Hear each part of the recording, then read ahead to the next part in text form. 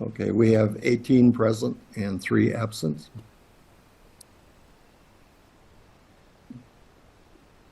Okay, the presentation of the agenda. We would need a motion to approve the agenda as presented.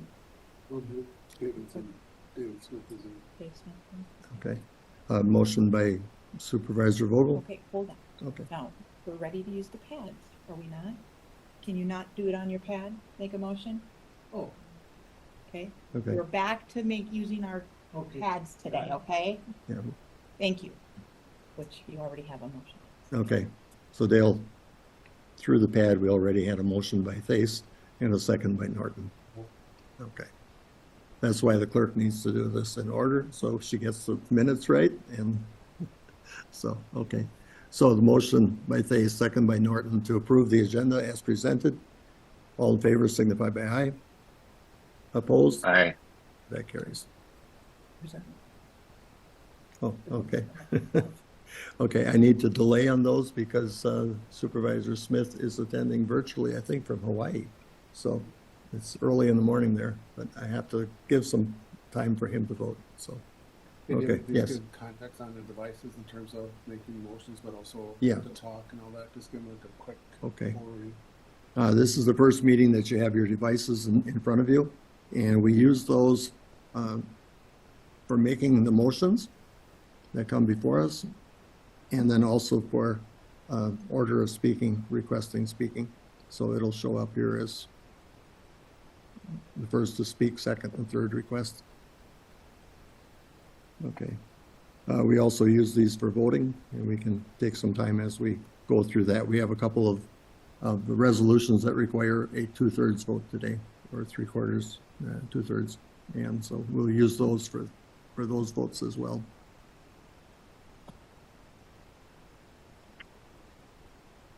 Another thing regarding the motions, the resolutions, it's been the practice of the board to have the chairman of the sponsoring committee, or some cases the vice chair, to introduce those resolutions. So give a moment for that person to make the motion to, it helps Jill in keeping her, everything in order. So with that, we'll move on to correspondence. There was nothing in the packet today. Public comment. Is there anyone from the public in the audience that would like to make a comment at this time? Is there anyone in the audience that wishes to make a public comment? And for a third time, is there anyone in the audience wishing to make public comment? Okay, seeing none, is there anyone online, Ken? Sure. I'll ask those individuals online if you'd like to speak. Please raise your hand on the system and I'll give you the floor to talk. I'll ask 2 more times. Is there anyone who'd like to speak? And for the final time, anyone who likes to speak? Okay, seeing no requests, we'll conclude the public comments section. And the supervisor's response, there'd be no response to those comments. We have the minutes of the March 24th, 2026 County Board meeting included in the packet. Could we have a motion to approve those? Okay, there's a motion by Supervisor Norton, the second by Supervisor Pluff. Any questions, additions, or corrections to those minutes? Seeing none, all in favor of approval of the minutes signify by aye. Aye. Opposed? They stand approved. Okay. County Administrator, would you like to do your? Sure. So report? just for the new members, what we do each month is I actually provide a report in the packet. And what it includes are the following. So one is this an update on any of the major capital projects. So it's just kind of a check-in so the county board can monitor the items that have been approved in terms of the KIP. And then that way I give status reports. And then throughout the process of the year, you can ask me questions in regards to those status.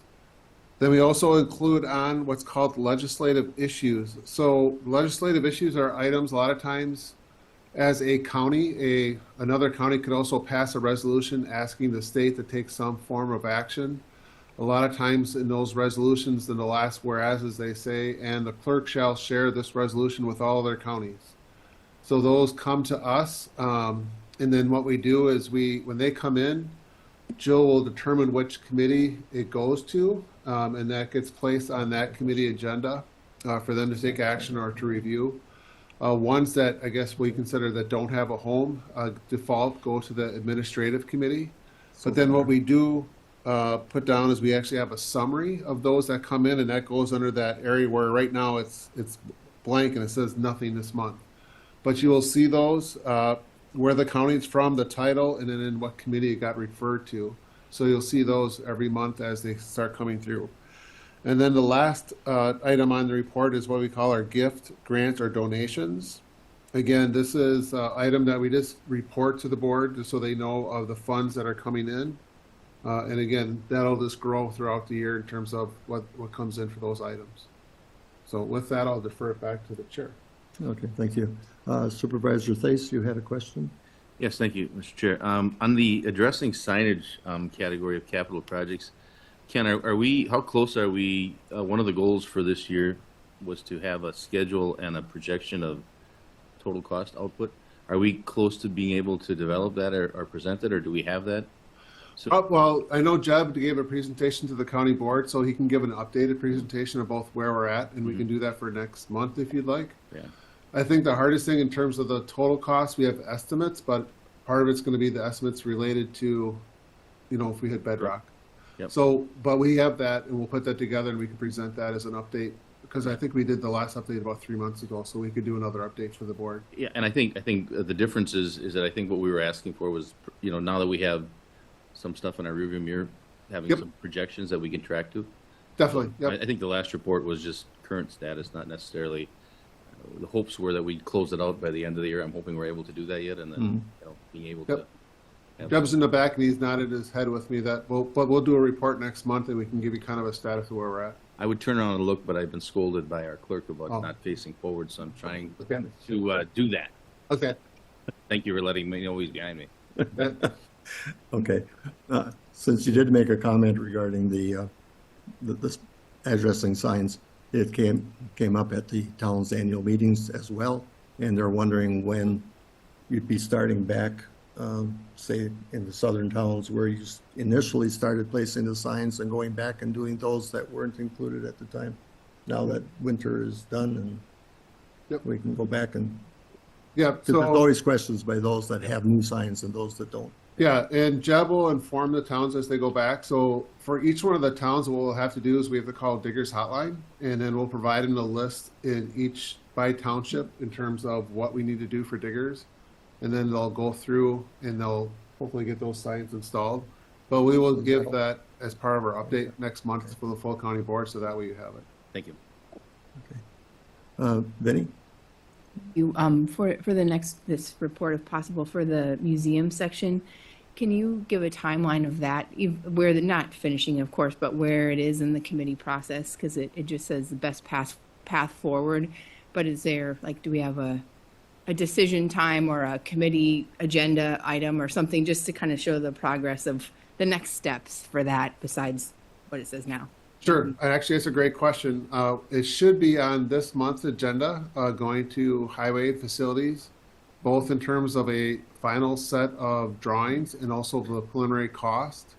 And if that committee approves those drawings and the cost estimates, then it would actually go into what we call I guess what they use is the bidding documents. In other words, the project from that standpoint, they develop the final drawings to go out for bid, and then that would be the process coming back to the county board once we get the bids back in. Bids usually are probably about a 2-month process, so if we would approve it in May, sometime in July or August, we'd come back to the full county board for their consideration and action. So more important, I guess, the big thing to watch the agenda for next month and updates from that committee meeting next month. Okay, and can you clarify the part for myself, for my memory, and then for new people where it says it may or may not include the former Yonkers site? So is the tentative design including that? And then we have an option A or B based on the designs, or does it not include that? Or that's what we're still deciding? That was unclear to me, so thank you. Oh, and that's just one thing for clarification. So we are including that site, but I guess what I was trying to say, and I'll fix that so it's clearer next time, is we're also going to have the drawings set for the museum as far as the ADA access. So last month, we just focused on the museum. We did not include the discussion on the Yonker site. So we should have a comprehensive review of both of those at the next meeting. So thank you for the question. Thank you. Okay. Yeah, thank you for the question, Vinnie. I had noticed that also, but the project is with the Yonkers building, and as Ken said, the ADA accessibility to the museum. Okay, any other questions for Ken? Okay, seeing none, we'll, pending business. I have nothing there. We'll move to the resolutions. Resolution 2026-24. I had asked Supervisor Combs to introduce that one.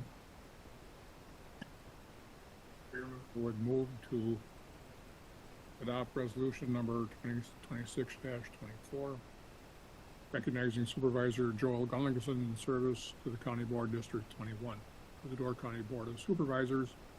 Whereas Joel Gunlingsson was first elected to the Door County Board of Supervisors in April 2008.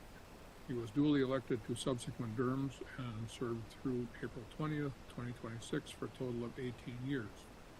And whereas Supervisor Gunlingsson represented Supervisory District 21, encompassing the town of Liberty Grove, Ward 3, and the town of Washington. Prior to the last redistricting, he represented the town of Liberty Grove, Ward 1, and the town of Washington. And whereas during his tenure, Supervisor Gunlingsson served on many committees, including Administrative, Airport and Parks, Board of Health, Community Programs Board, Emergency Services / Communications, Ethics, Finance, Glacierland RC&D, Highway, Information Systems, Judiciary and Public Safety, Land Conservation, Land Information Council, Local Emergency Planning, Museum-Archives, Negotiating, Public Safety, Risk Management / Insurance, Social Services, and Technology Services. And whereas Supervisor Gunlingsson also served at various times as chairperson of the Emergency Services, Judiciary and Public Safety, Negotiating, and Public Safety Committees. Now therefore be it resolved that the County Board of Supervisors assembled this 28th day of April 2026 extends to Joel Gunlingsson our sincere thanks and appreciation for his service to the people of Door County and wish him the best in his future endeavors. Okay, thank you, Bud. Okay, we have a motion then by Supervisor Combs and a second by Supervisor Norton. All in favor of approval of the resolution signify by aye. Aye. Carries. Okay. The next resolution, 2026-25. Supervisor Fisher, would you introduce that, please?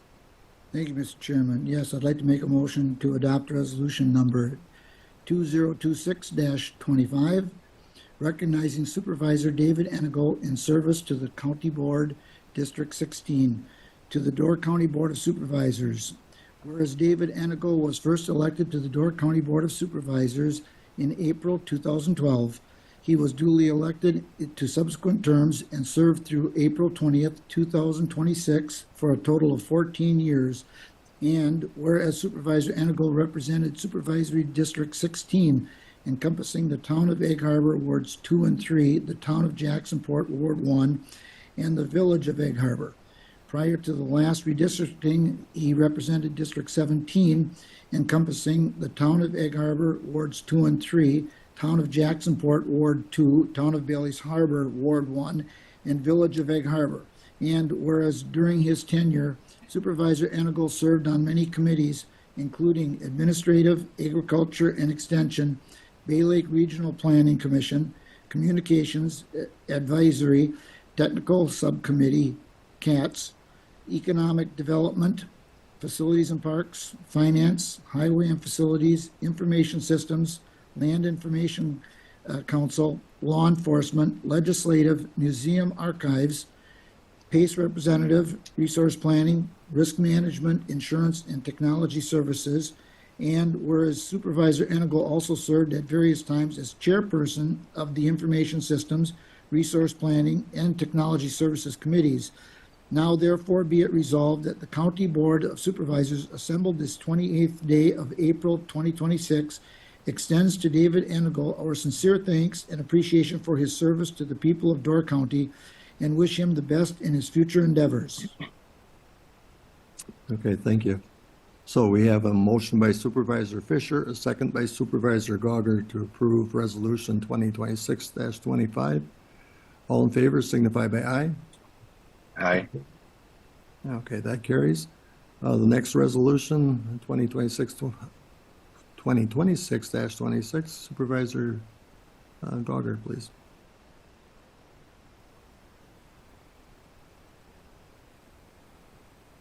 Did you ask me to introduce this one? Yep. I meant to if I didn't. Oh, you didn't? Okay, I'd be honored. Okay.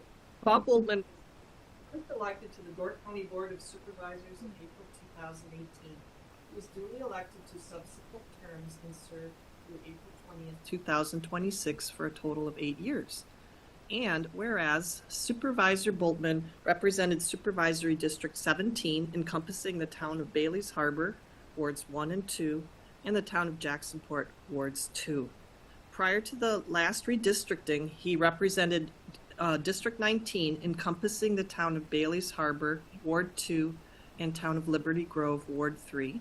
And whereas during his tenure, Supervisor Boltman served on many committees, including Administrative, Agriculture and Extension, Ambassador Program, Finance, Human Services Board, Land Conservation, Lakeshore Cap Rep, Legislative, Public Safety, Risk Management and Insurance, the Sister City Informal Advisory Committee, Sustainability, and WCA Ambassador. And whereas Supervisor Bolton served at various times as chairman of the Ambassador Program, Legislative Committee, and Sister City Informal Advisory Group. Now, therefore, be it resolved that the County Board of Supervisors assembled this day, 28th day of April 2026, extends to Bob Boltman our sincere thanks and appreciation for his service to the people of Door County, and we wish him the best in his future endeavors. Okay, thank you, Elizabeth. Okay, on a motion by Supervisor Gauger and a second by Supervisor Shaw. Those in favor of approval of the resolution signify by aye. Aye. Opposed? Okay, that carries. The next resolution, resolution number 27, recognizing Supervisor Rusnick. Supervisor Shaw, please. Thank you. Resolution number 2026-27, recognizing Supervisor Morgan Rusnick in service to the County Board. To the Door County Board of Supervisors, whereas Morgan Rusnick was first appointed to the Door County Board of Supervisors on January 26, 2021. She was duly elected April 2022 and April 2024 and served for 5 years and 3 months. And whereas Supervisor Rusnick represented Supervisory District 11, encompassing the city of Sturgeon Bay, Wards 1 and 2, and whereas during her tenure, Supervisor Rusnick served on several committees including Finance, Health and Human Services Board, Land Conservation, Library Board, Resource Planning, Sister City Informal Advisory Group, Sustainability, and Technology Services. And whereas Supervisor Rusnick also served at various times as chairperson to the Library Board and Sister City Informal Advisory Group. Now therefore be it resolved that the County Board of Supervisors assembled this 28th day of April 2026 extends to Morgan Rusnick our sincere thanks and appreciation for her service to the people of Door County and wish her the best in her future endeavors. Okay, thank you. On a motion then by Supervisor Shaw and a second by Supervisor Rubelard. All in favor signify by aye. Aye. Okay, thank you. That passed. Opposed? Obviously none. Okay. Resolution 2026-28, Supervisor Bacon. Okay. I'd like to make a resolution number 2026-28 recognizing the Supervisor Philip Rockwell in service to the County Board, District 10. Whereas Philip Rockwell was duly elected to the Door County Board of Supervisors in April 2024 and served for 2 years.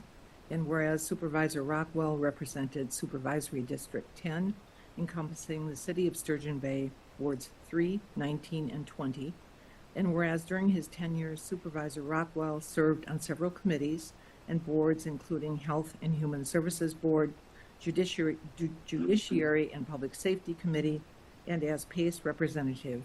And now therefore be it resolved that the County Board of Supervisors assembled this 28th day of April, 2026, extends to Philip Rockwell our sincere thanks and appreciation for his service to the people of Door County and wish him the best in his future endeavors. Okay, thank you, Helen. Okay, so we have a motion by Supervisor Bacon, a second by Supervisor Hancock to approve Resolution 2026-28. All in favor signify by aye. Aye. Opposed? Okay, that's approved.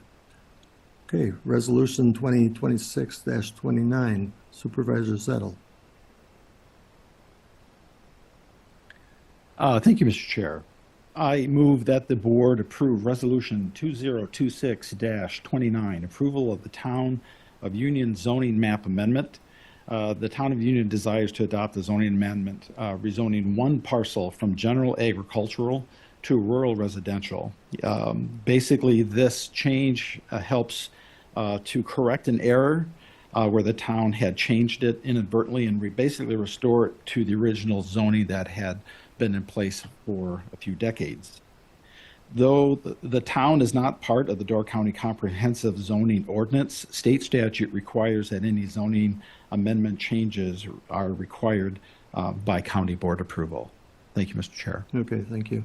Are there any questions of any supervisor for Mr. Zettel or for the department? Okay, seeing none. We have a motion then by Supervisor Zettel and a second by Supervisor Miller to approve Resolution 2026-29. All in favor signify by aye. Aye. Opposed? Okay, that passes by voice vote. Next resolution, 2026-30, Supervisor Miller. Thank you, Mr. Chair. I would like to make a motion to approve resolution number 2026-30. It's the 2026 carry forwards from general fund and special reserves accounts. The amount transferred would be $722,073.58, and that would be from the 2025 non-lapsing account to the respective 2026 non-lapsing account for each department. If you look at the following page after that resolution, it gives you a breakdown. Keep in mind that the reason for the carry forward that these projects, although slated for 2025, were not able to be completed, so the money will continue to be for that specific project within that department. There's a couple things of note here. One would be if you look at the contingency fund in the general administration, that's a fairly large amount at $398. And I'll ask Steve or Ken to correct me, but I believe that is more of a catch-all type category for that particular department. So any unused funds would just get carried forward with that same use. And then secondly, if you look at the for the voting, the 18,000, what we try to do there is, because each year there are a different number of elections that take place. And for example, there could be one, there could be three. And what we try to do from the Finance Committee would be to make a more consistent amount within that department each year. So even though the monies may not have been used for that specific election, we know that in the following year or the following years that there is a need for it. So that one is just more for consistency within that department. Okay, thank you. And each of these requests goes through the home committee, and then it goes to finance for final approval as a group, and then the county board. So any questions for Supervisor Hancock? Thanks. Can you explain for the contingency, because we had that topic on the last agenda too, just the process for how that, I understand the home committee would ask for the funds from the things that we have parsed out in the other areas, but being that that's such a large number of the total, more than half, what's the process for utilizing contingency expenses under the administration, general administration? Like, what are some examples of what that would be used for? Because it's kind of parsed out particularly for all the other department areas. So would a department head request that, or a committee chair, or a action on a specific project? But is it any project or just in the administration department? Or That's a great question. So the contingency expense, when you see it listed there, is truly our county-wide contingency expense. So it applies for the entire county. And it's for any item that I guess I would consider that a department does not have the capacity to handle within their budget. So it's a lot of times it's related to something that either breaks down or an emergency expense or something that pops up that was not planned but is necessary to proceed moving forward. What would happen is that if it's normally what happens is the department would bring that to Steve and I's attention. We talk about the need in terms of it proceeding in this fiscal year. If deemed necessary, then it first goes to the home committee for their, I guess, approval. The home committee then refers it to the finance committee, and then the finance committee can then approve using those contingency fund based off the rules.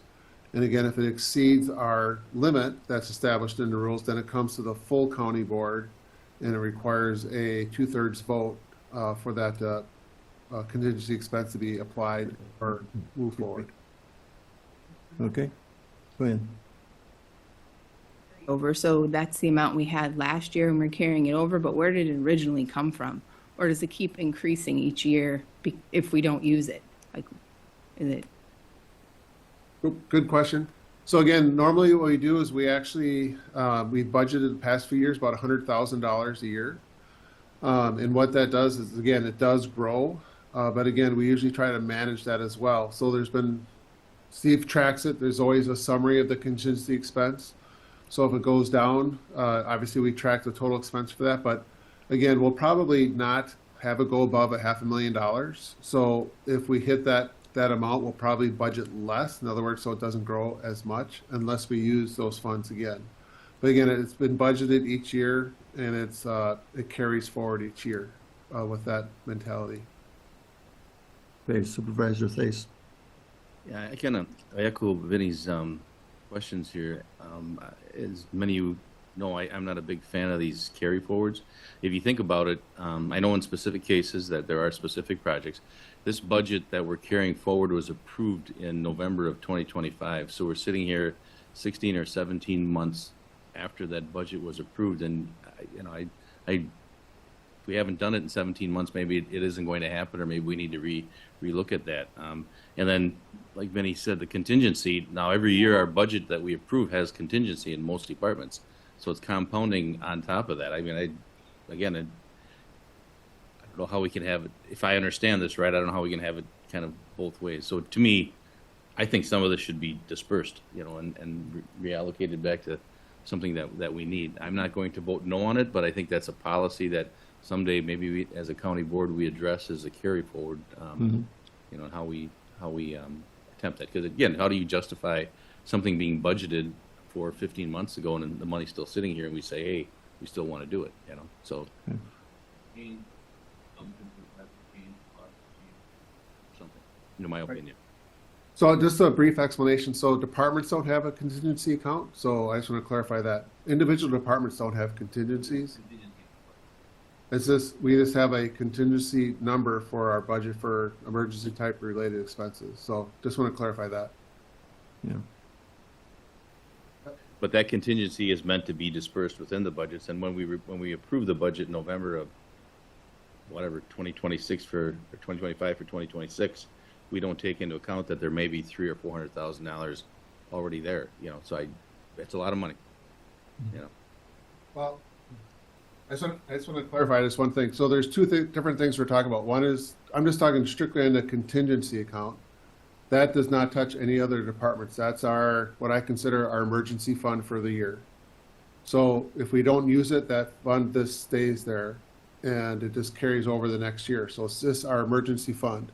Now the other ones, it all depends on the expense, right?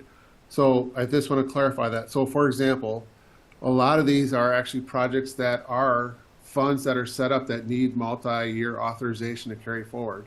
So like, for example, we brought up the elections one, the airport capital, that's money that we're setting aside for the project to proceed, knowing that it's going to come up in a few years, but we're actually just authorizing, we put the money into a special account, but we're authorizing carrying it forward, knowing that we need it in the future.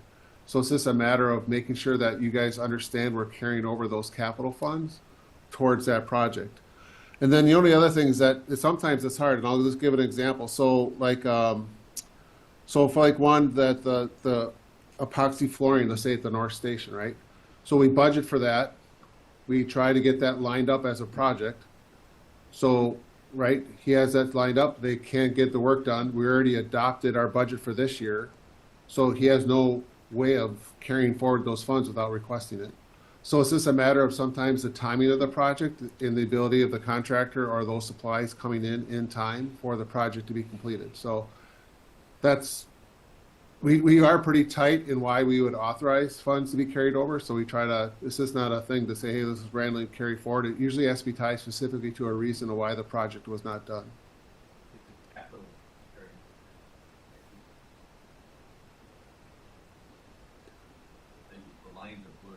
Yep. Steve can.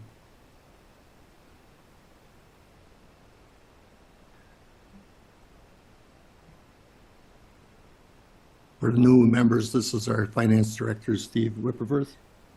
So good morning. So to answer your question, Todd, the reason why, so for instance, the epoxy flooring, to be a KIP project, the cost has to be $50,000 or more.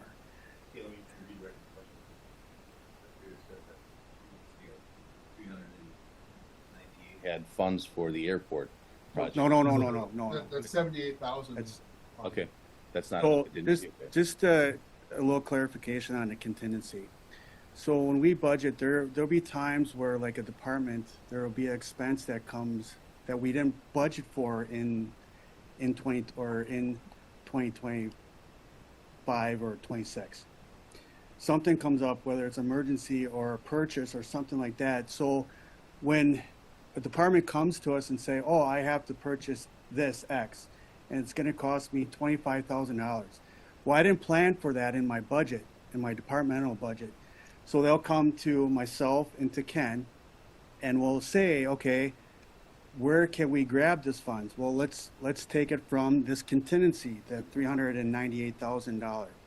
So we'll go bring it to the oversight committee.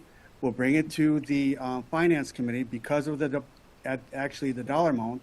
It also comes to the full county board as a resolution saying that we are going to take these non-transfer, non-budgeted. So when you see these non-budgeted transfer of funds resolution, we are taking it from some type of a contingency or a reserve account. And in some cases, it will be from this contingency type of thing. So it's kind of set up that we have it because there's some unexpected things that departments may not know that come up throughout the year, and we have to pay for it, and then otherwise it throws off their department's budget, and then they can't, purchase whatever they're planning on purchasing as well. And Steve, just for clarification, so why do we show a carryover for the airport capital but not the other capital? So the airport is a little bit different. So, and Thad, you might have to help me here a little bit, but there are with the federal what's the aeronautic? Yeah, FAA. So we have to request have some reserves for certain projects that we do. And so they're kind of what we call entitlement funds. And because of the federal government that we have to pay a percentage of a project. So we put funds aside to cover up these projects, such as, there's some airport entitlement funds that we have to use, with the various different projects that take place. And some of these funds are coming from here. So a lot of times that it may say that the county is responsible for 5% of the project X. So then we have to say, hey, we're putting monies aside to cover our 5% of the cost of the project. So that is what is different on that for that $76,000 entitlement. That yes, correct. It is no. I still stand by my thought that one day, I think as a county, we really need to look at that whole process for coming and getting additional funds. Okay, so departmentally, if you budgeted, the budget is approved in November and you have an unexpected $25,000 cost instead of coming and dig into the coffers to get that. That's your budget. And if you have to transfer money at the end of the year to reconcile your budget, so be it. Because there's always these carryovers that we transfer out of the general contingency in February, and then we give back $300,000 in January, so. So, well, part of it too is that we also like to give the committee and county board a heads up that this is coming up. So if we say that there's something now and say that there was a big, emergency expense that had to happen right now, and it's like, say it's costing us $50,000 to that particular department, and then all of a sudden at the end of the year, they say, we don't bring it to you to realize that this is coming to us, we'll get in trouble saying, well, how come we weren't notified in April or May when this took place? Now we're coming to you in November or December saying that this department is over budget because of this X project. And so I guess it's, a two-headed sword either way. So the one thing is we're just trying to be upfront and making sure that we're bringing this to the committees, that they're known, that they know about this expense took place, and to approve it. Okay. So just to also I want to clarify. So let's just say when you see resolutions that say there's a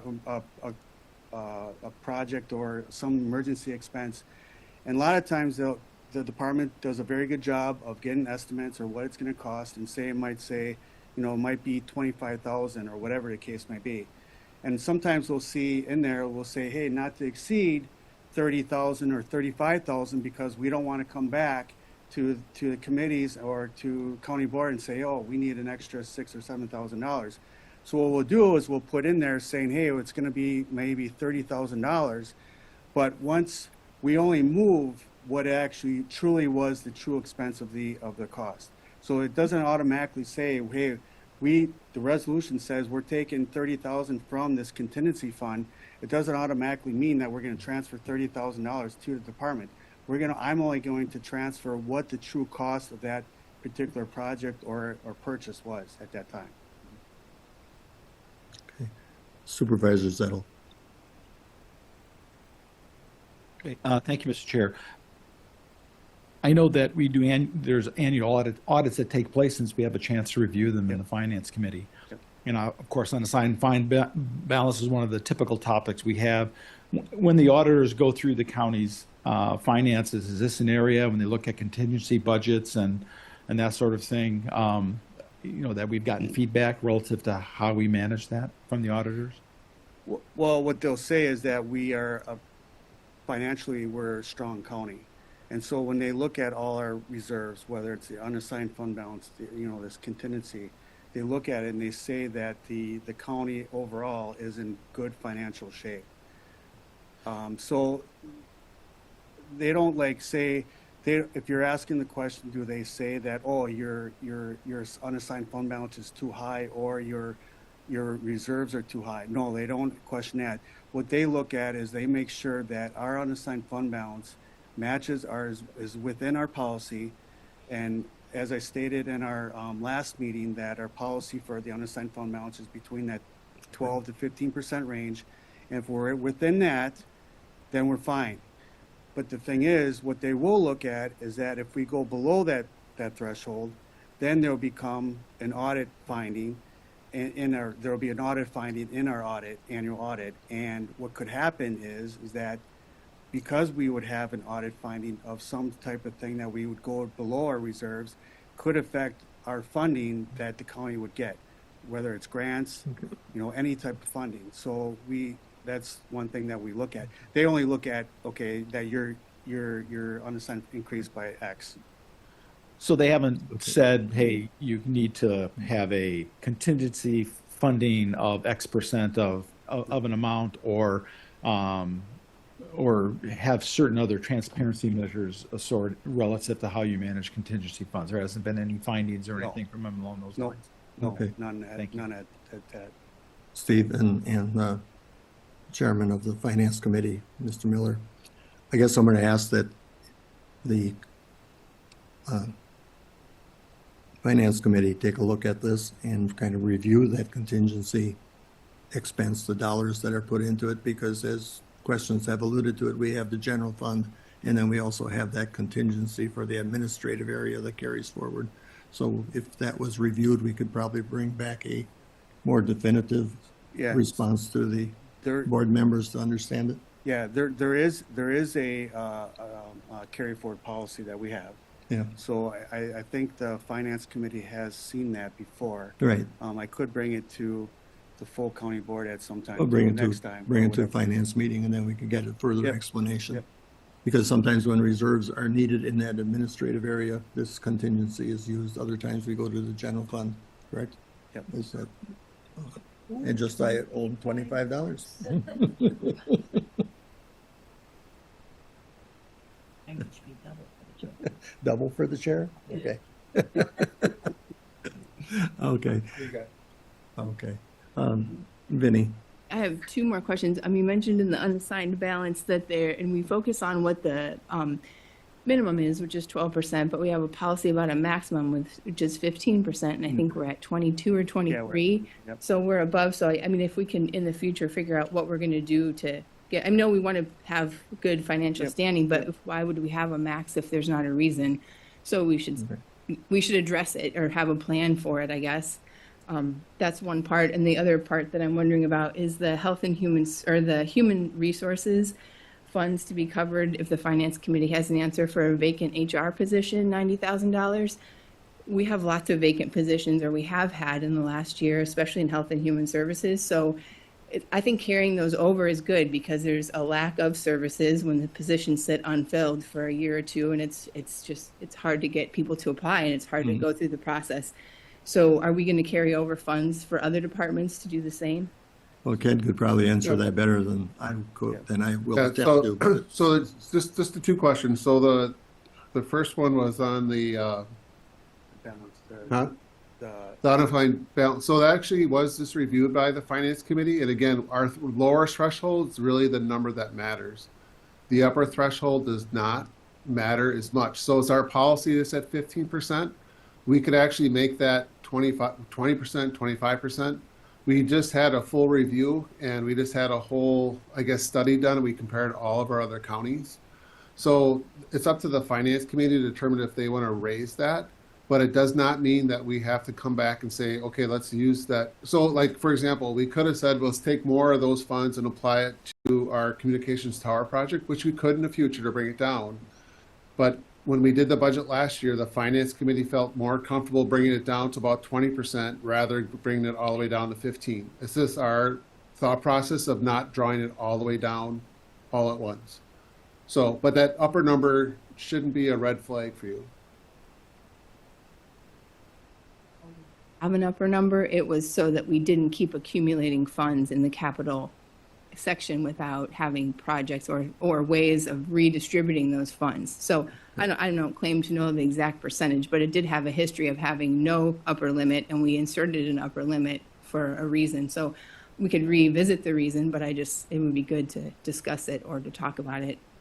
I agree with not getting it way down to 12%, but we want to be allocating those funds for needs in the community and services if we have them. That's why I thought the upper limit was there, so. Okay, as Ken said, that was reviewed at the finance committee, and another look can be taken at that.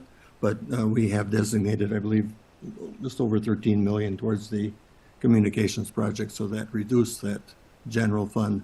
And as we get closer to knowing the exact cost for some of those projects, we can look at what's in the general fund again. But that's really a kind of a different topic than what the resolution here today is on the carry forwards of the various departments. And so that's where the administrative reserve is a topic that we can bring to a committee and take a look at. Okay? Part was about the departments carrying over for staffing. Oh, okay. Yeah, Ken would, I mean.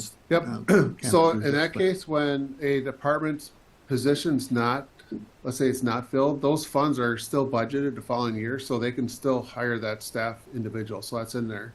In this case, we did not carry forward the full funds for the position, so that's why I wanted to reinstate it. So that's an exception to how we handle the positions. We did not carry that one forward.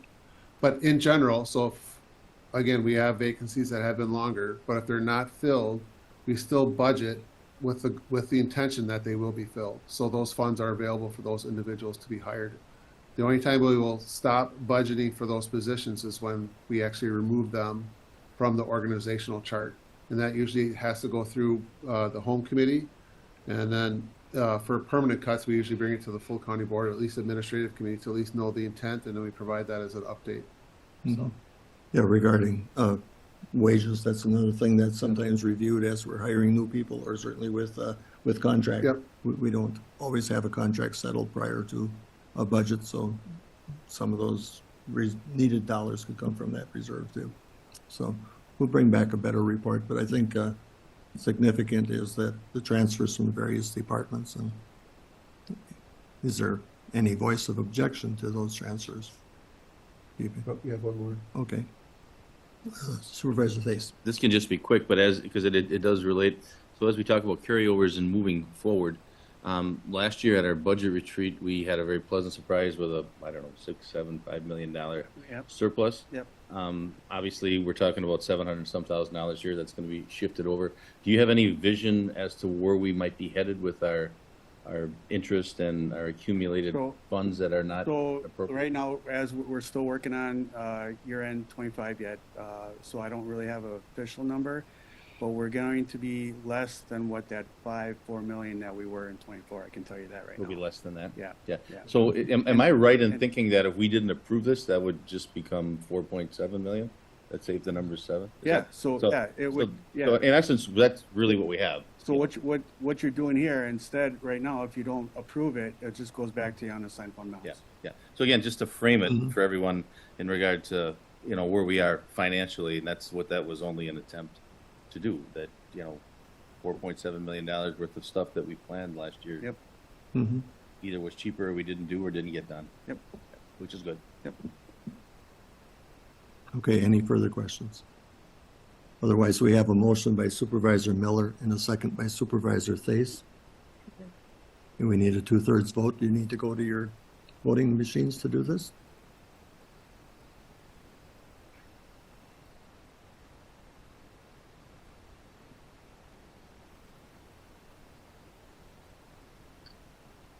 Aye. Thank you. Okay, that passes on a vote of 19 yes and 0 no. Okay, thank you. Okay, the next resolution, 2026-31, Supervisor Miller. Thank you, Yep. Thank you, Mr. Chair. I would make a motion to approve resolution number 2026-31, the county facility security improvements transfer of non-budgeted funds.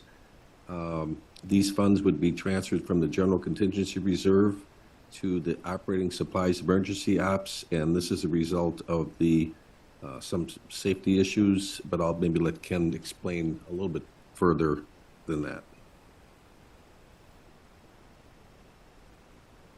So again, if you look under the resolution and further whereases, it's really in 3 areas we're going to apply the funds. One is to upgrade our door access control software. So if we need to place a facility under lockdown, right now the system only has the capability of locking down all the systems. So if we have a situation here, it actually would lock down the Justice Center, the ADRC, Highway, all the buildings would have to go under the equivalent lockdown, anything that's part of the system. With the upgrade to the new controller, it allows us to isolate the buildings and displace the building that needs to go under lockdown into lockdown. The other one is this an item that allows the buildings to be mapped for emergency services. So should there ever be an incident, they can use that mapping system to actually go through the buildings and understand where the situation's occurring. So it's more of a behind the scenes emergency services responders tool for them to use. It's pretty common for a lot of the facilities. For example, all those schools are done and stuff like that. And I know as part of the team, Aaron even talked about how both the EMS and both the police and sheriff's department use that tool very often in terms of when they have to react to situations. And then the other one is this: there's a single door yet that also needs to be addressed at the Justice Center in terms of improved management in terms of access. So again, this, again, just to clarify, so again, this is not to exceed 32,000. We'll only spend what we need. But again, that, what you just approved in the last one, so that contingency expense, that 398, that 337, we'll be taking up to $32,000 out of that to pay for these expenses. Okay, any questions by any supervisors? Okay, seeing no indication of any questions, we do have the motion by Supervisor Miller, the second by Supervisor Fisher to approve Resolution 2026-31. You need to go to the voter board, and 2/3 vote is required. Aye. Thank you. Okay, that passes as well with a vote of 19 yes and 0 no, with 2 absent. Okay, the next resolution, 2026-32, Supervisor Thais, please. Resolution 2026-32, let me make a motion here. You already did it for me. All right. 26-32 resolution urging the Wisconsin Legislature and the Wisconsin Department of Natural Resources to take immediate action to inspect and remove the abandoned tug Donnie S. from Bailey's Harbor. This has been a topic of discussion over the last year or two on the county board floor and in committee. So those of you that don't know, this is a tug that used to be in Sturgeon Bay that was towed up to Bailey's Harbor area and somehow made its way grounded in the harbor. And at this point, there's been an informal group that's met a few times to try to get action taken to get someone to responsibly remove it. And that seems to be going nowhere. So we're hoping to pass this resolution and present it to our local lawmakers and the DNR to have them take interest in it and take action to remove it. Okay, thank you. Sean, you have any comment to it, or no? I can add a little bit. Yeah, if you would, please. You've been more involved with the process. As Supervisor Thais alluded to, there is a work group put together with community stakeholders. DNR was involved, the town of Bailey's Harbor was involved, I was involved, department head at the county were involved. We had Supervisor Bob Boatman involved. And from that work group, it became apparent that the state wasn't providing funding to take care of this issue, even though it seems to be a DNR responsibility. It could be argued the Coast Guard is also responsible. The Coast Guard has been very clear that this is not something they consider to be their responsibility and they will not take action. So what this resolution is doing is asking the state to get involved. More to the point is provide funding at the state level to allow the DNR to do its job, to investigate the vessel, see what hazardous substances are on the vessel, take a look at the structural integrity of the vessel, and if needed, to remove the vessel from Bailey's Harbor. So this is asking the state and the DNR to take action on this matter and to not push this down the road any longer. Okay, thank you. Supervisor Pluff. I've just got a question on that. So we're looking at ecological hazards that come from this boat, petroleum products inside the boat that may leak out, correct? If we can resurrect that problem, are we still looking at removing that boat? Because that's going to be a more than $1 million project for sure, as it has been already attempted once in, I believe, 2022. They tried pulling it off. It's too shallow. To me, it's really going to be a determination for the DNR ultimately, at least from a public standpoint. The county is not responsible, in my opinion, to remove this. So what our say is and what happens to it, we can urge the DNR to take a certain action, but I don't know that we can compel them to do one versus another. There has been some reports that the vessel does contain hazardous contents that needs to be formally determined what exactly is on there. But if those were removed, would the DNR allow it to harbor? My guess is not, that they would want it removed, but that's to be seen. I don't have an answer. Yep. Okay. Any other questions? Yeah, I think they've explained it pretty well. It's an effort by the county to try to address the concern in the Bailey's Harbor area and have the appropriate departments take some action if they can. So we have the motion by Supervisor Thais, a second by Supervisor Com to approve Resolution 2026-32. All in favor signify by aye. Aye. Opposed? Okay. There was one vote in opposition. Would you like it so noted? Okay, fine, thank you. Okay, the next resolution, 2026-33.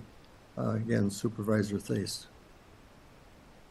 Thank you, Mr. Chair. I'd like to present for approval Resolution 2026-33, which is authorizing the engagement of outside counsel for contingency fee for the PFA issues. And it's been explained to me that this is somewhat similar to the opioid and the tobacco class action suits. We debated this at committee and felt it was in the county's better interest to join this, and certainly Sean has way better details.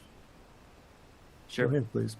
So this is what's referred to as a multi-district litigation, or an MDL. It's very similar to a class action. However, it's involving, at this point, municipal entities. It pertains to floral surfactant products, which are more commonly known as PFAS and PFOs, the forever chemicals.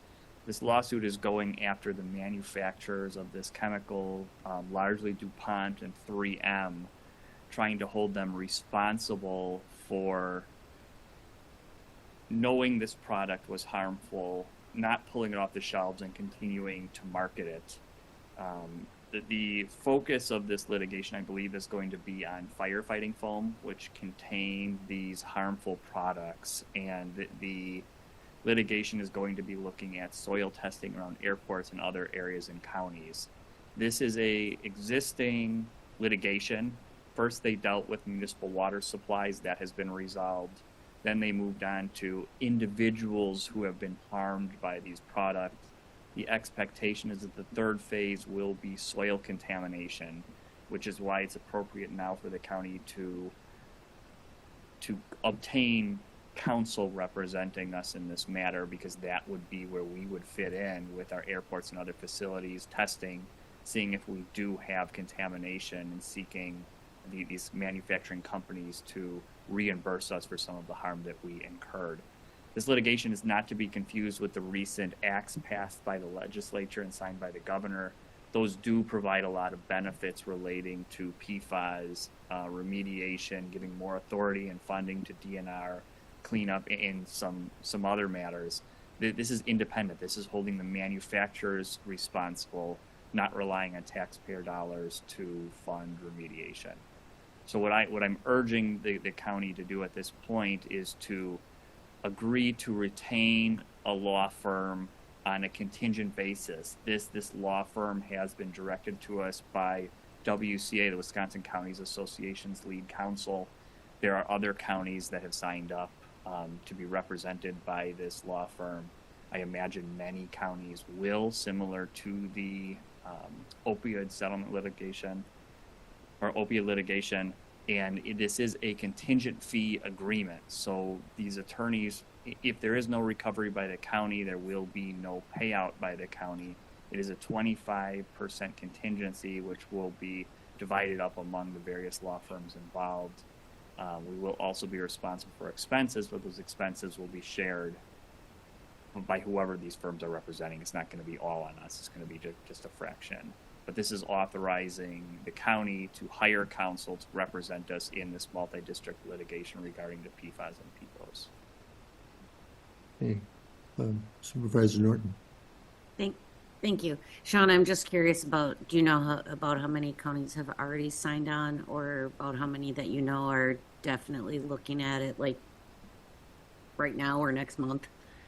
I don't have an exact number. When this was first really brought to my attention, I believe there were about 7 counties, but that was months ago.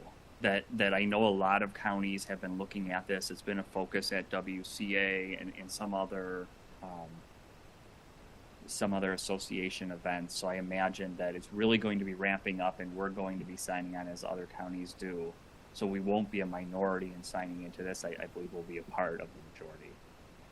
Second question I thought of, are we looking at other states that are doing the same thing that we're doing, or is this currently more Wisconsin focused? Like, is this a national lawsuit that's going to happen, or are we looking kind of at our state? This is an existing national lawsuit. I believe the court is in one of the Carolinas, Okay. North, South Carolina. I don't recall, but They're near it is a it. national litigation. So it's not just going to be Wisconsin counties signing up to this. It's going to be counties throughout the United States. Okay, thanks. Mhm. Yeah, WCA has been active in trying to promote this, and I think they're also working with the legislature where it's, Yeah. by whatever means they have. So, okay, any other questions regarding this resolution? Otherwise, on a motion by Supervisor Thase, a second by Supervisor Bruvillard to approve Resolution 2026-33, would you, no, you don't have to, we can just do a voice vote on this. So all in favor of approval signify by aye. Aye. Opposed? Okay, that carries by voice vote. Okay, we don't have any ordinances on today's agenda. We'll move on to the special reports. And Ken, you want to take a lead with that? Sure.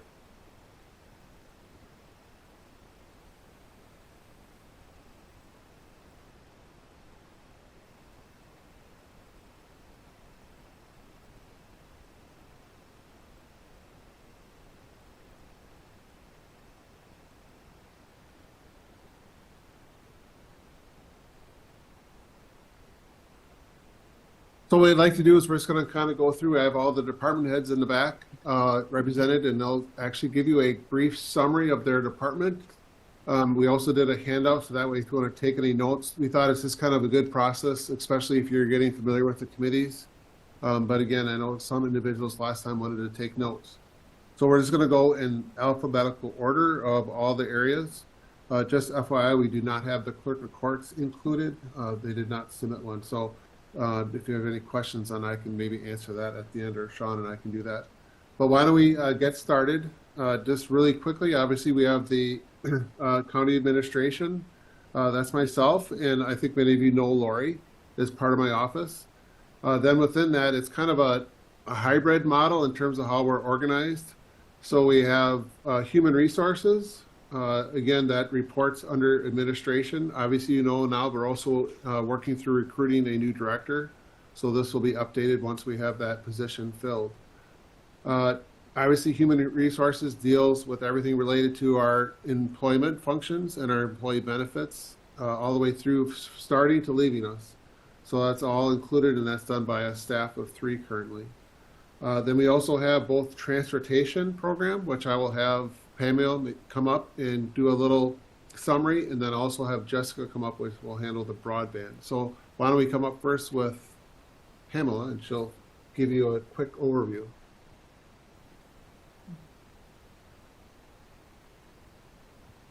Good morning, everyone. I'm Pam Bush. So I'm in the transportation department for the county. Our office is located at the ADRC. The county operates a public transit system, which means that it's open for anybody to use and for any reason. There's 2 parts to the county's public transit. One is we call Door County Connect, which is the wheelchair accessible bus and van that operates internally, which means the county staff out of the ADRC. And then the county also offers door-to-door rides, which is a shared ride taxi system. And for that program, we actually contract that out to a company by the name of Abbey Vans. So between the 2 services, we operate almost countywide. Door-to-door will meet individuals at the ferry dock. We just don't travel onto Washington Island. So based on the needs, door-to-door is available Monday through Sunday. The bus is available Monday through Friday. So I'll keep it brief, but in the future, if you ever want more information, please reach out. Again, I'm located at the ADRC. Okay, thank you. Jessica?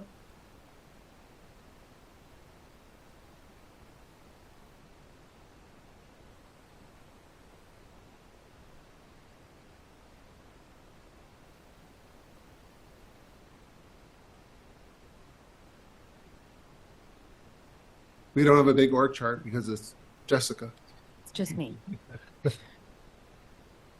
Good morning. Nice to meet you all of the new supervisors. So I am part of the broadband department. My office is in the UW Extension Suite on the second floor. I lead local coordination with all of our municipal broadband committees as they develop and implement public-private partnerships to build out fiber services and infrastructure under their municipal boundaries to all of the residents and businesses. This work includes preparing deliverables, supporting grant applications, and providing technical or strategic assistance to the municipalities, their committees, and their internet service providers as needed. So currently in the county, there are 8 public-private partnerships between municipalities and internet service providers with fiber construction going on throughout the county. Currently, the county has been awarded $30.8 million in broadband grants, and $20.6 million of that was recently awarded under the Broadband Equity Access and Deployment Act, which is federal funding nationwide for locally here for just under 6,000 locations throughout the county. Our efforts at committee level focus on improving broadband access, expanding adoption, and strengthening digital skills across the county. I collaborate closely with a range of local and regional and state partners that include Wisconsin Public Service, the Wisconsin Broadband Office, the DNR, UW Extension, New North, Economic Development, United Way, and other nonprofits throughout the county. I monitor federal and state broadband related grants and loan programs to really ensure that Door County is, we're informed, we're well positioned for funding opportunities, and I work on building partnerships to coordinate initiatives and track policies and activities related to digital skill building and development and broadband adoption. My oversight committee is the administrative committee. Okay. Any questions for Jessica? Huh? Ken, would you continue, please? So child support?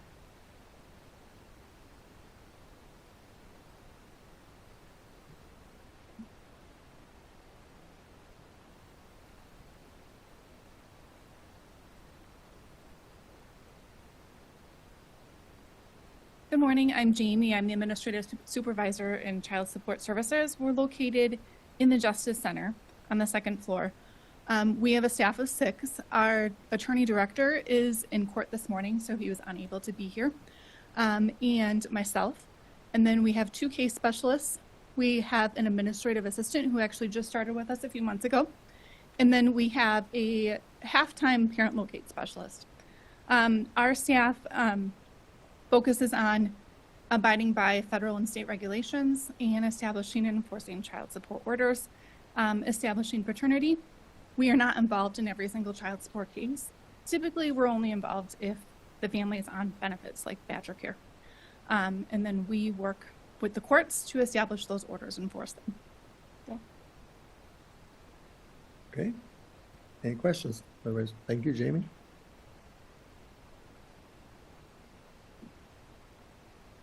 I'm not sure if we have a lawyer in court, so is anyone from the courts? I don't think so. No? All right. Okay. We'll continue on, but obviously, you know, we have 2 branches, but you have the chart in front of you, so obviously we'll go through all that. So we'll go on to the dispatch, our communication center.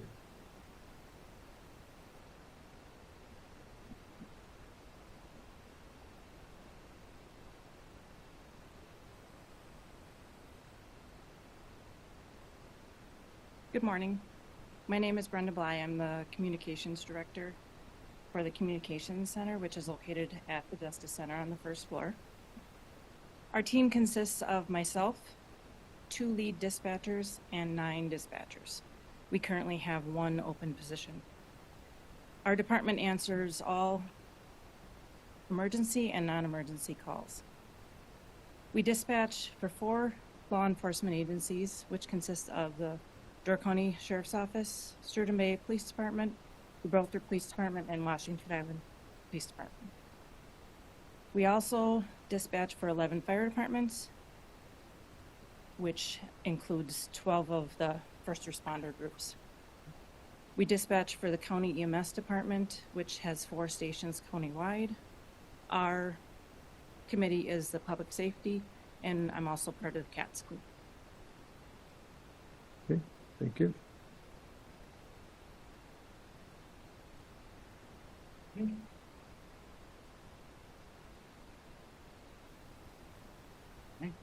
You all well know by now, I am the Corporation Counsel. I'm the head of the Corporation Counsel Office. We are the attorneys that represent the county in civil matters, meaning non-criminal matters. So we do a number of things for the county. We provide legal advice to the county board, committees, to the various departments on matters that they're dealing with. We will prosecute guardianships, civil, mental, and alcohol commitments. We will draft ordinances. We will enforce those ordinances. We will interpret those ordinances. Labor law compliance, contract negotiation, drafting, review, interpretation, foreclosures of tax liens when individuals don't pay their property taxes. We will respond to public record requests, real property acquisition and disposal for the county. I also act as the Director of Family Court Counseling Services. That's a real fancy title to say oversee our family court mediator who assists families with children when they're going through a divorce, mediate the custody and placement disputes. I also loosely oversee the medical examiner for the county. We contract with the Brown County Medical Examiner's Office. So they're largely independent, but they do have legal questions from time to time, and they will contact me for assistance on Door County matters. We do a number of other things, questions any way that our office can help, we certainly can. Staffing wise, it's myself as Corporation Counsel. I have an assistant Corporation Counsel in the Corporation Counsel office, and we have a paralegal. Our director, as you heard, our director of child support and then the director of land use services are also attorneys. So they've taken on the assistant corporation counsel title so that they can provide legal services within their department. It's been something that's worked very well, taking on those dual roles of director and providing legal services. That's Corporation Counsel in a nutshell. If there's any questions, I'm happy to answer. Thank you, Sean.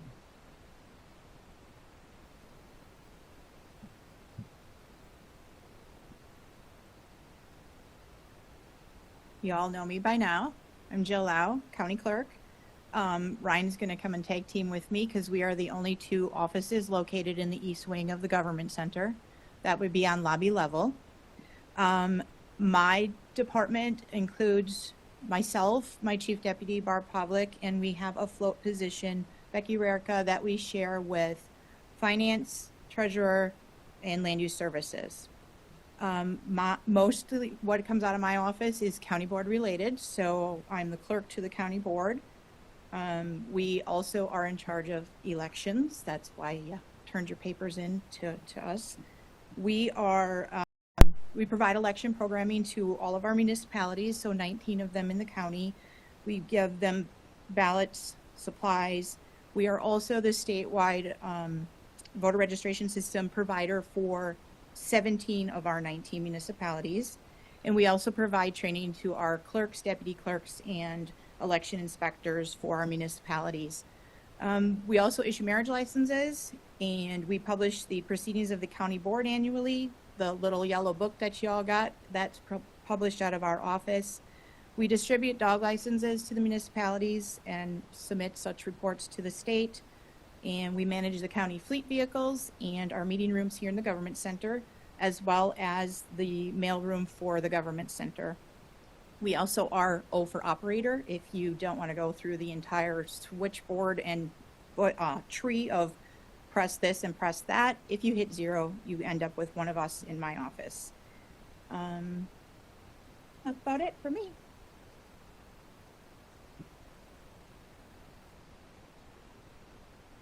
Good morning. Ryan Schley. As the chart says, I have one chief deputy under me as well, Casey Pranda. I also share the float position. Primarily, our office is responsible for collecting property taxes. We contract with all 19 municipalities to collect first installment. That is statutorily their responsibility, but we contract to do that for them. During December and January, it gets very busy, so we do enlist the help from other departments here at the county with their admin staff to help enter those payments. Second installment or postponed taxes and delinquent, the county is required to collect those, so that's what we do during the rest of the year. We receive and verify all deposits from other departments to bring them to the bank. All AP checks are printed and sent out of our office for all of the departments as well. We administer the lottery and gaming credit, which is a program through the Department of Revenue for properties here. We work with the assessors that are hired by the municipalities or contracted by the municipalities to update all assessed values on properties each year. They're reviewed every year. That ultimately floats into tax calculation in the latter part of the year, which is also one of our major duties that we do. Printing, calculating, stuffing all the tax bills for the municipality to then collect. Number of monthly and quarterly reports that we file with the state on behalf of other departments here. We work with Corp Counsel for the foreclosure proceedings, as well as selling those properties if the county does take ownership. And then we are the keeper of all of the tax rolls back to 1900 for most of the municipalities. So we do research projects on occasion for people looking for what their property's value was when their great-grandfather bought it in 1902. And so that's always fun, but it's always interesting.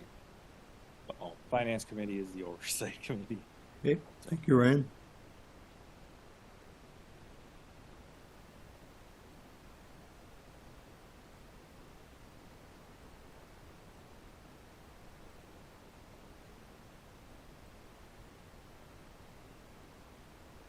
Good morning, everybody. I'm Colleen Nordine. I'm the district attorney. We have sort of a hybrid office. I'm an elected official. I'm a state employee, technically. I have one assistant district attorney. She's also a state employee. We have 5 support staff. Polly Malvitz is our office supervisor and kind of coordinates everything. 3 other support staff and a victim witness coordinator whose salary is partially supplemented from the state. Given that we have a mandate in the statutes for victim rights, we have one coordinator whose sole focus is victim witness coordination, and then we get funding from the state each year. The percentage changes a little bit, but her position is partially funded by the state. The district attorney's office prosecutes all criminal matters in the county. We work with law enforcement, all of the law enforcement agencies here in the county, as well as state agencies, state patrol, Department of Justice. I also handle cases involving juveniles, whether it's delinquencies or situations where children are victims of abuse or neglect, that when they have to be removed from the home and potentially placed with foster. Our goal is always to try to reunite families. That is usually the outcome. Sometimes there are different outcomes that result. I also work with other law enforcement agencies on alternative criminal justice solutions such as treatment court, adult diversion programs, and juvenile diversion programs. So I work with all of the law enforcement agencies. We charge cases. Sometimes we don't. We review everything that we get from law enforcement. Cases then proceed through the court system, sometimes resulting in plea agreements, sometimes having to go to trial, and sometimes having that alternative form of criminal justice such as treatment courts. My oversight committee is public safety. Does anyone have any questions for me? No? Okay, thank you. Thank you.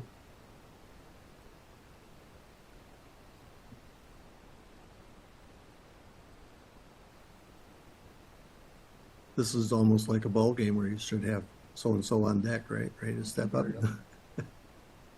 Mr. Leclerc. Good morning. My name is Aaron Leclerc with Emergency Services. I brought Jeb Salins with me, the Emergency Management Director today.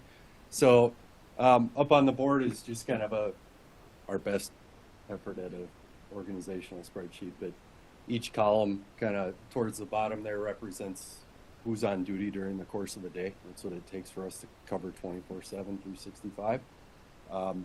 We're made up of, I think today we sit at 73 employees. That's a combination of full-time, casual call, which is a different term for part-time, but then on-call personnel as well. So we staff 4 stations. Those are on the mainland, they're quartered with people on duty 24/7. On the island, we use on-call personnel to handle that. So they wear a pager and respond in when those calls come in. As a service, we're up over 5,000 calls a year now throughout the peninsula. And that's the ones who've been here before and those that'll get to know me, that our numbers keep growing, both in call volume and budget. So thank you. But with that, I wanted you to hear more from Jeb today. Jeb is part of our responsibility is emergency management. That's a state mandated thing. And Jeb, frankly, is a key asset to this county. So I just wanted you to hear from him. Yes, good morning. My name is Jeb Salins. I'm the Director of Emergency Management. You'll hear me say we a lot in emergency management, and I refer to we as me, myself, and I, because we are a department of one. Primarily, we are a coordinating and planning department. So we oversee all the hazardous material sites in the county. So that's under our local emergency planning committee, or LEPC. So we meet to review all the plans that are submitted by any facility that has extremely hazardous chemicals. We review those, work with our response agencies so that they're aware of what they're going into. We work on a variety of plans, everything from our emergency response plan, which is our guiding document to respond to incidences, to even our employee action plan to help employees here deal with any emergencies or disasters that may take place in the workplace. Most of our incidences, emergencies in the county are handled by our response agencies. Our response agencies work really well together. That's kind of out of a factor of necessity because, 3 of our sides are Lake Michigan. And so we have that really good working relationship among those. But as instances grow and overwhelm their response, that's where emergency management comes in. We play a coordinating role with the state resources, outside county resources. We take things off their plate so that they can focus on their most important jobs, which is saving lives, protecting property, and protecting the environment. So that's where we kind of put in. And I would say that over the last 2.5 years, we've worked really well with them. And not only have really made some strides in our event planning and festival planning, which is an area that we've really seen a lot of improvement on. Like, again, coordinating with event organizers, local municipalities, our response agencies to get appropriate planning procedures and safety things involved in those large events. So the incident management is one aspect, but it's also the recovery as well. That's usually doesn't get the glamour as everything else. Over the last 2.5 years, we've brought in hundreds of thousands of dollars to local municipalities for events. In the last year, we have, looked for the Wisconsin Disaster Fund and the March ice storm last spring, the tornado and wind incident in August, and then again in the snowstorm in March as well.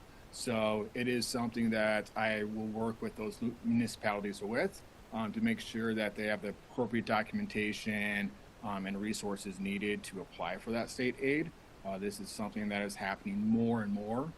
So we've had a really good working relationship, and I continue to do that for them. Emergency management also oversees the sign installation project, as mentioned earlier. So currently right now we are working in Jacksonport on phase 1. Started that project last August in the southern part of the county and working our way forward. We'll be going back shortly, probably next month, to start phase 2 of that operation. So you'll be hearing more about that next month when I do a report out on the project. But that's been going well. We're currently ahead of schedule. So with that, emergency management is a forward-looking, proactive agency department here within the county.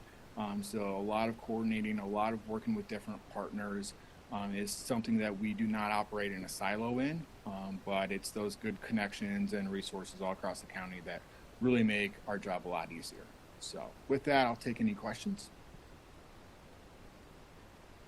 Okay. All right, thank you. Seeing none. Thank you, guys.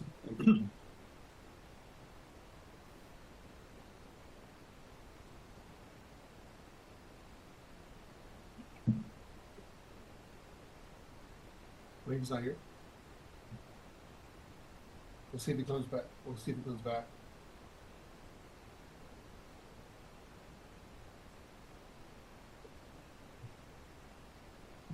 Okay, I'd like to introduce myself again. I'm Steve Whipperfirth, Finance Director. Our office is located here in this building on the third floor. For my staff, I have underneath me we have the Assistant Finance Director, we have 2 accountants, 1 payroll account payable specialist, and the float position, as Jill mentioned before. The Finance Department is responsible for managing and safeguarding the county's financial assets. Some core, functions that we do include budgeting, accounting, financial reporting, payroll, accounts payable, accounts receivable, grant financial oversight, and also we support departments with financial guidance. We also make sure that the county is in compliance with state and federal regulations. And then our oversight committee is the finance committee. So that is all I have, unless there's any questions or anything from me. All right. Okay, thank you, See Steve. you.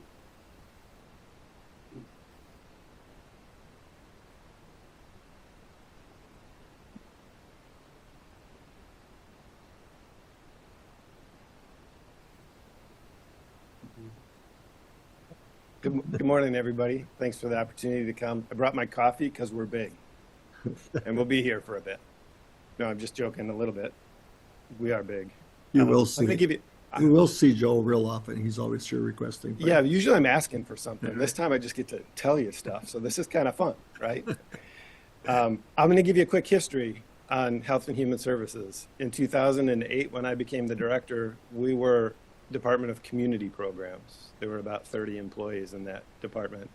In 2013, we did a merger with Social Services. The department got closer to 60, 65 employees.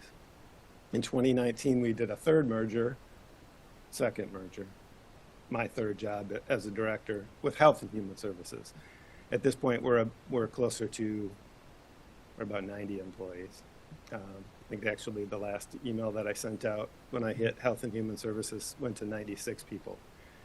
Some of those are contractors, but we're pretty big. We do a lot of different stuff. We are primarily located, most of the first floor of this building is Health and Human Service offices.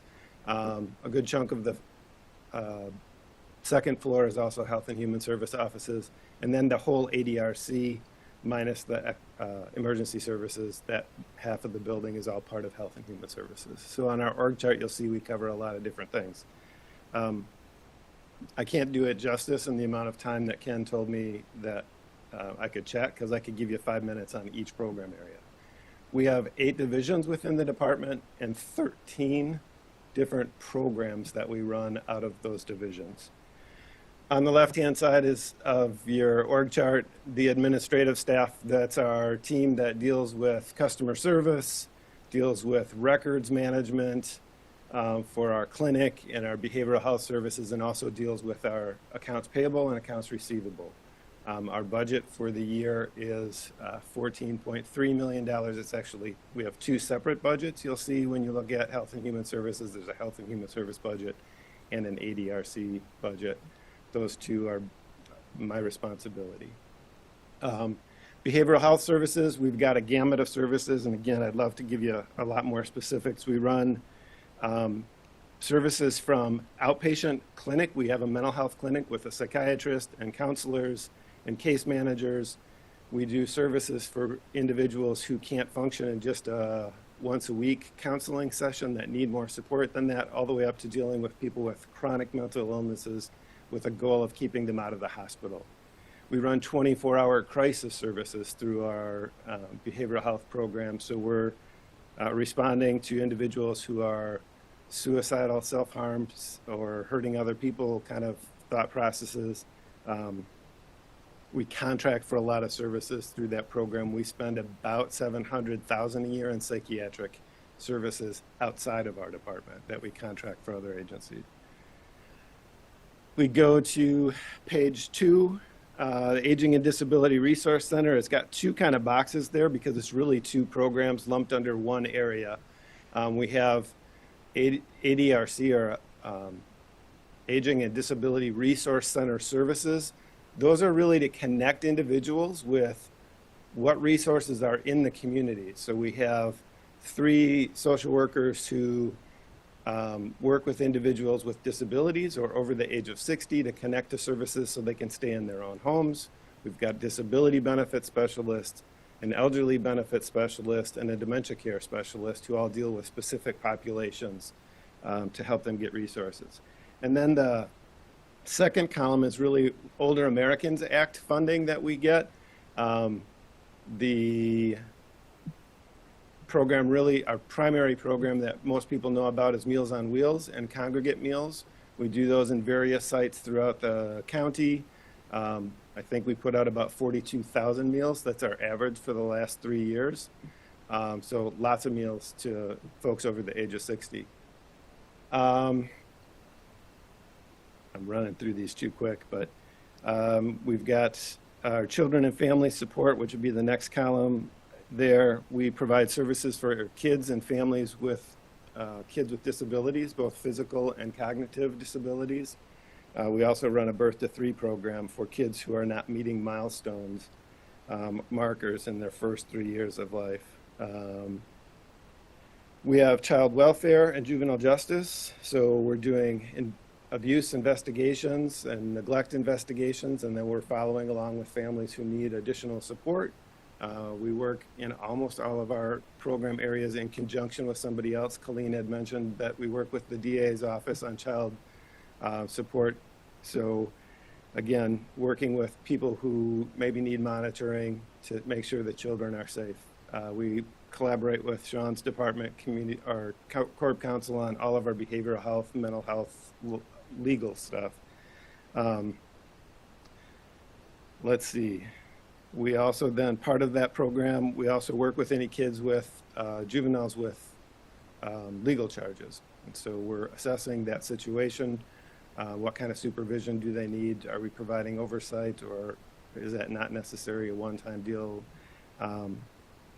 Then we, next column is economic support. Economic support is, we are really a branch of the federal program for medical assistance and Badger Care.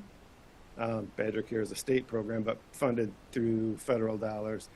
But it's we do the review of applications to make sure people are eligible, and then you're annually reviewing those applications as well, just to make sure that people are still eligible for those services. I knew I'd need my copy.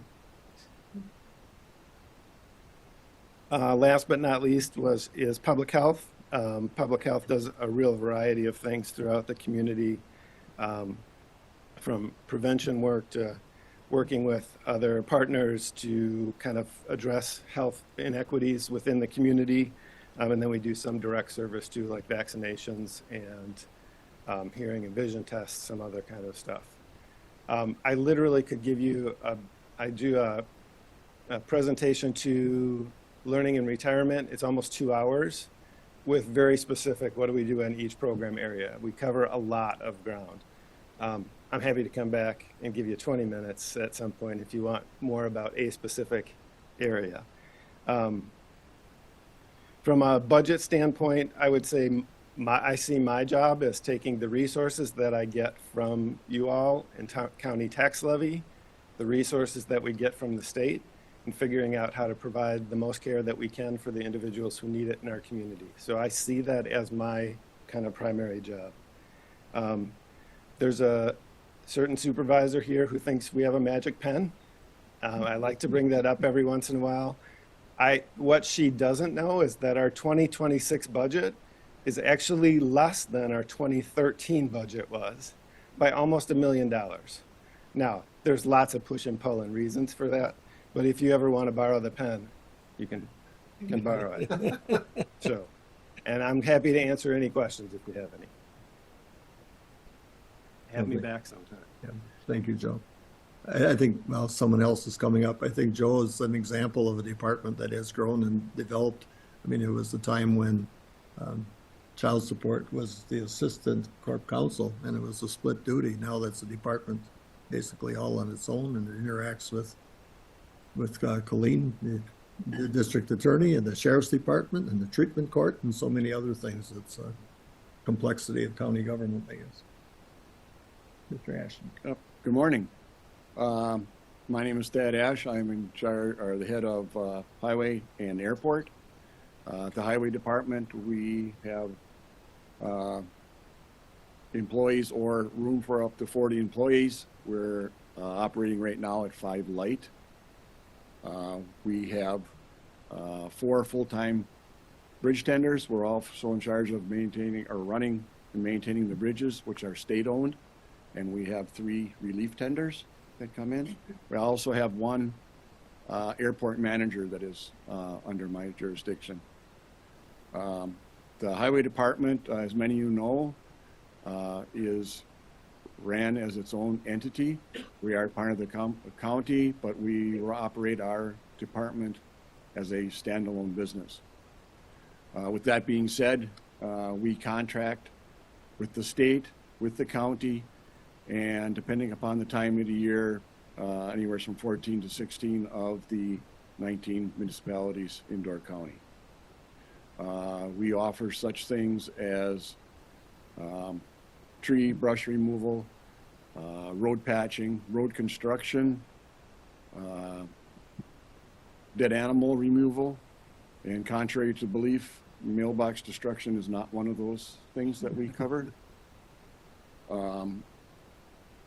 In our different areas of work, we have our own hot mix plant where we produce and lay between 65 and 70,000 ton of asphalt each year in the county. We have our own crushing equipment, so up to present we have been crushing approximately 65,000 tons of different aggregates that get used throughout the county in different areas of construction. Some of the major operations of our department are, again, road construction, which the CIP that you'll see is the part that comes off of the tax levy. The rest of our operations, as far as wages, insurances, equipment purchases, and everything else comes out of funds raised through our enterprise. That is not part of the county tax levy. Another big portion of our work is snow and ice control. And of course, this last couple weeks flooding. So, any questions? Okay. Thank you. Sure.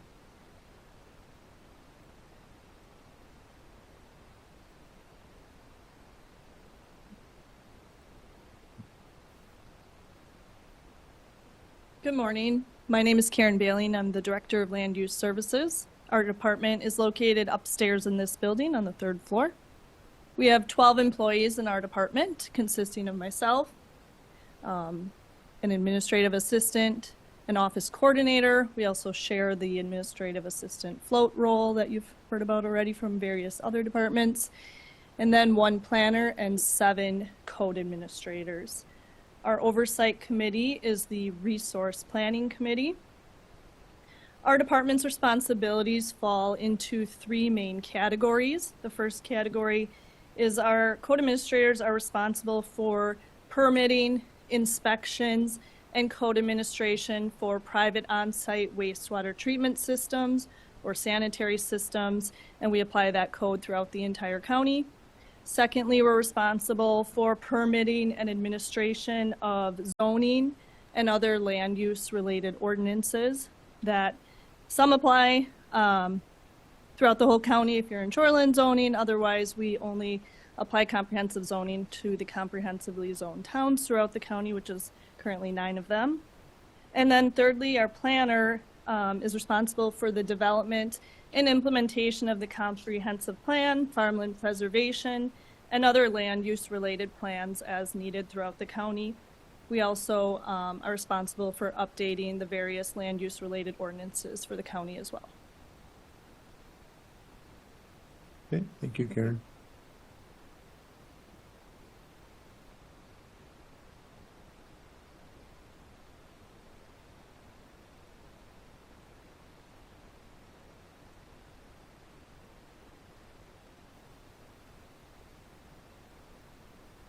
Good morning. I'm Dominic. I'm the library director for Door County. So I'm going to start off like Joe with a little bit of history. Libraries in Door County date back to 1866, so a little over 160 years old, with modern library services taking shape in 1950 with the Door County Regional Libraries Bookmobile Project. So that's the bookmobile that you see driving around. Since then, the library has evolved into a consolidated county library in 1990, one of only 9 in Wisconsin, to serve residents and visitors through our 8 locations, Bailey's Harbor, Egg Harbor, Ephraim, Fish Creek, Forestville, Sister Bay, Liberty Grove, and Sturgeon Bay, Washington Island. The library coordinates consistent essential services across all of our locations, and each location has the ability to cater to their community's unique needs. The library's funding model involves local municipalities caring for the physical infrastructure, so think of each building itself, while the County of Door supports staffing and operational costs. The Sturgeon Bay building costs are split between the city and the county, as headquarters are located in that location. The library board provides oversight for operations, and Chapter 43 of Wisconsin statutes clarifies the library's relationship with the County of Door and our operational functionality. The 7 trustees include 2 appointments from the county board, Nissa and Helen, and 2 appointments from the city of Sturgeon Bay, Matt Houston and Nicole Matson, 2 at-large members, Robert Dixon for Northern Door and Mary Jackson from Southern Door, along with an appointment from the Door County Schools, who is Mike Scoville, who's at Gibraltar. The library belongs to the Nicolay Library System, which is part of a larger library consortia called OWLSnet. All 49 library locations within this consortia share materials accessed by users through our InfoSoup online catalog. So when you place holds, it can come from any one of those locations. Being part of the system and consortia enables the library to provide services which are only possible through the economies of scale that consortia provides to us. With nearly 20,000 library card holders, so that's about 2/3 of Door County residents, many of our visitors and seasonal residents also have library cards, which is about 14% of our total, or roughly 3,000. The library regularly hears from patrons about how much they love and appreciate their local libraries and staff, especially since National Library Week was just last week. So we can look for some fun feedback on that. In 2025, we had roughly 240,000 visits across all of our, 240,000 visits, sorry, across all of our locations. And our average checkout for each of those is 1 checkout per visit, if you think of it like that in those terms. About 1/3 of these items were children's items, and last year, Bailey's and Forestville both had their highest number of visits in 2025 since our recording began in 2016. Overall, our Door County Library visits are up 3% in 2025 over 2024. As you may know, the library also offers digital ebooks, e-audiobooks, e-magazines, which are all available through our Libby and Hoopla applications. I'm also often asked about when the library will all be online, and I'm just going to say that our physical collection circulations are up 3% over 2024, and digital use is up 9%. So not anytime in the foreseeable future. You may not know that there are also various Library of Things items available, such as telescopes, binoculars, kitchen gadgets, and passes to the Maritime Museum, the Ridges, and Third Avenue Playworks. Some of our locations also have toy barns, so if you have children or grandchildren and you want something different for them but don't want to go to the store, you can check those out at our libraries. Puzzles are also very popular. Our library held 754 in-person programs last year with roughly 16,000 participants. And our offerings and our participation are split roughly 50-50, under 18 and over 18. The library also partners with many organizations over the course of the years, such as the Altrosa Back to School Fair, the YMCA Healthy Kids Days, the Fish Tales programs, which are hosted by Crossroads, the Door County Reads events, which happen from mid-January to the end of February, and summer reading, which will run over the course of the summer. Other services are 24/7 Wi-Fi access across all of our locations, computers, printing and scan-to-email services, technology assistance for those people who get new devices, which is always fun. We offer private meeting spaces, reference services, and guided research on genealogy and history. Users have access to the digital newspaper archive, which is all available online and contains newspapers from 1862 to 1918. It's utilized by our local historical societies, writers, genealogists, and high school students who research the Civil War, World Wars I and II, and as they provide a unique local perspective on those events and everything that happened in the middle. And that's used roughly around 8,000 times annually. Let's see. As part of my job, I also oversee the staffing for the museum and archive staff. So the museum manager, Joe Taylor, falls under my purview. Not that he needs a ton of guidance, but he's pretty awesome. So next up is the museum, which provides a variety of services by operating the only fully public museum in Door County. They have over 10,000 artifacts from the county's human and natural history, such as photographs, documents, a whole ton of physical items. If you haven't been to the museum, I highly encourage you to stop by. Some of this collection is now available online due to a recent migration to a new collection management software. And the museum has realized a 70% increase in visits in 2025 due to a shift in hours and some other things. Their staff utilize the archives collection to provide research assistance and historic photography to Door County businesses, nonprofits, and other units of governments throughout the county. In addition, staff collaborate on programming and project partnerships within the historical community and cultural organizations. Last year was 15 programs and roughly 800 attendees. The largest partnership, of course, is Door County History Days, this year running from June 15th to June 21st. And that's in partnership with the Heritage Alliance of Door County. Thanks to roughly $112,000 in grants and donations, the foundational industries exhibits are currently under construction. Those go from the early days of immigrant settlement to Door County and currently include a replica lime kiln, a hemlock trunk, and next will be the construction of a fishing shack. If you haven't seen one of Joe's demos, I highly encourage you to stop over and talk to him. This was accomplished by young interns who were hired and mentored to gain valuable hands-on fabrication process experience to advance their careers, since it's a very, very difficult industry to get involved in. I want to thank you all for serving on the Door County Board of Supervisors, and if you have any questions, comments, right across the street or stop at one of our branch locations.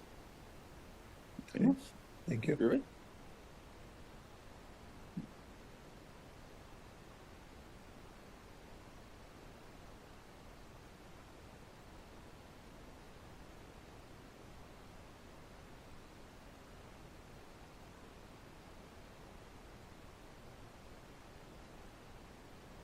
Good morning, and thank you for having us here today. I am Kayla Jenner-John, the Chief Deputy Register of Deeds, and this is Zachary Schwartz, our Land Information Officer. The Register of Deeds is an elected position in Wisconsin, meaning that we are directly accountable to the public we serve. Our office is made up of 5 employees, and our oversight committee is the Finance Committee. Our office serves as the official county archive for real estate and vital records. We record and maintain documents related to property ownership, such as deeds, mortgages, and liens, as well as vital records, including birth, death, marriage, divorce, domestic partnership, and military discharge documents. We ensure these records are securely preserved and accessible, whether for property research, legal verification, or obtaining certified copies. We also maintain land record systems for every parcel in the county, including GIS mapping, survey records, and addressing in unincorporated areas. This supports emergency services, local government, and public use. Our office works closely with state and federal agencies to ensure compliance and high standards of record keeping while continuing to improve through modernization and staff development. 2025 was a very productive year for us. We recorded over 8,000 documents and collected more than $2.2 million, which was an increase in both recordings and revenue. As more services move online, expanding digital access to records has become increasingly important. Providing 24/7 access benefits the public, supports our business partners, and contributes to county revenue. On a daily basis, we maintain and provide access to property land records, issue vital records such as birth, marriage, and death certificates, preserve military discharge documents for our veterans, offer Property Fraud Alert, which is a free service to protect against fraudulent filings, share land record data with local and state agencies, and we support land information modernization projects across the county.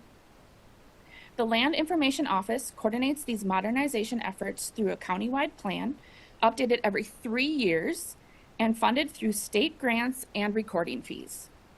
In summary, the Register of Deeds Office plays a key role in preserving records, protecting property rights, and providing essential services to our community. Thank you for having us here, and please let us know if you have any questions. Okay, thank you.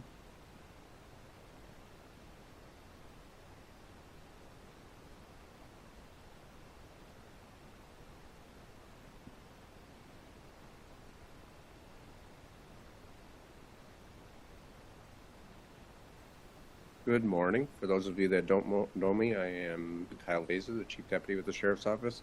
Sheriff Sterner was planning on coming, but she had an emergency dentist thing.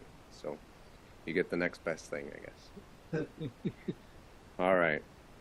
So talking about the operations a little bit, we do have two main operations within the Sheriff's Office.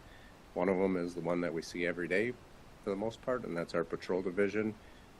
So within the patrol division, obviously we have traffic enforcement, calls to service, investigations, our school resources officers are on there, and then amongst many other things that we deal with on a daily basis from the patrol side. And then the second operations is really the jail division, which is kind of behind the scenes. We don't see them very often because they're obviously in the building on the jail side. And they're dealing with safety and security of offenders, rehabilitation, and the health and needs of inmates on a daily basis. So with summer coming up, we have to deal with the influx of visitors and tourism within the county. Basically, our summer goes from about mid-May till the end of October, which has changed over the years. We used to say Memorial Day to Labor Day, but as we know, with fall, that kind of pushed things back a little bit. So we have a festival just about every weekend of the end of September to just about the end of October. So some of the things that we have a grant program going on that just started up, Click It or Ticket. So that is the seatbelt safety grant. So that one goes throughout the summertime. And obviously we have that influx of calls within the sheriff's office in the summer months. Extra patrol areas for festivals,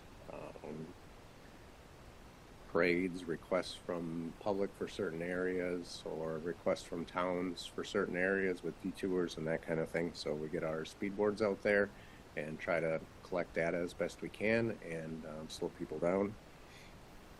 And then within the sheriff's office, we limit a great deal of our training within the summer months just to be able to provide that community safety part of things. So we're not doing training, and ultimately vacation time and stuff like that is restricted a little more during the summertime so we can get more people out there. And then our oversight committee is the judiciary committee. I'd be glad to take any questions. Hearing none. Okay, thank you.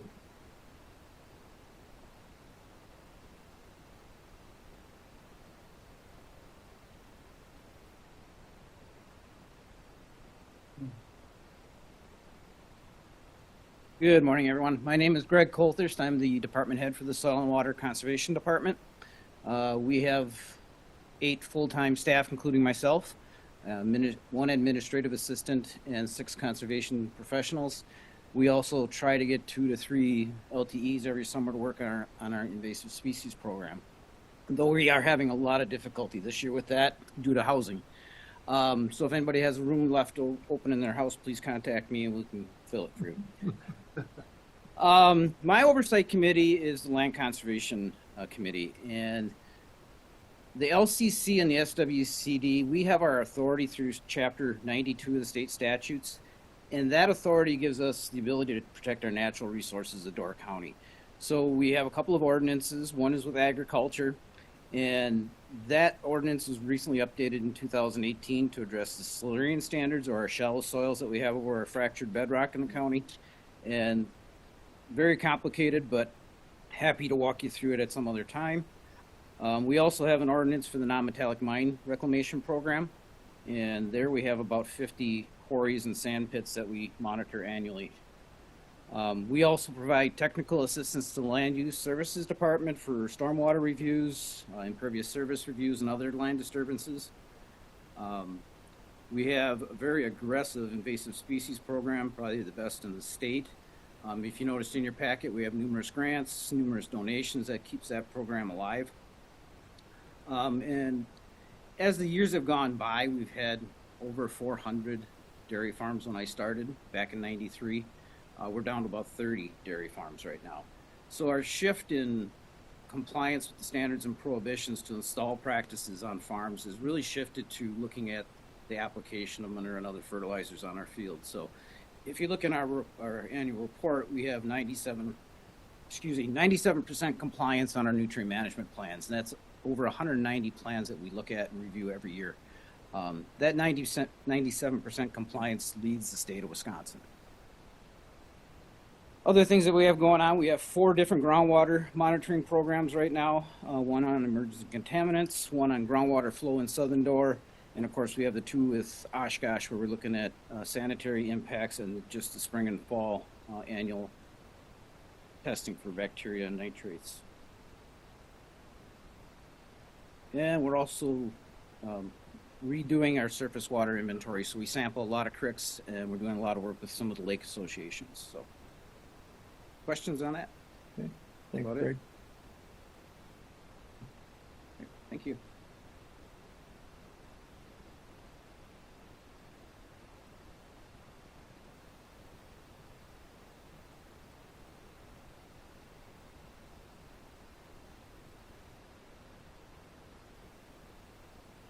Good morning. My name is Jana Hintz. I'm the Area Extension Director. I'm also a little bit different. I'm a state employee. I work for UW-Madison Division of Extension, but here in Door County, I am the department head for the UW Extension Door County Department. So the Oversight Committee UW Extension reports to is the Land Conservation Committee. UW Extension is how the University of Wisconsin-Madison shows up in your county. So our educators live and work in the communities you represent. They bring their own professional expertise, they build relationships, they listen for emerging needs, and they connect local priorities with the research and resources of the university. This combination is what makes this model work. There's no one size fits all. Your county shapes what we do through contracts, partnerships, and feedback.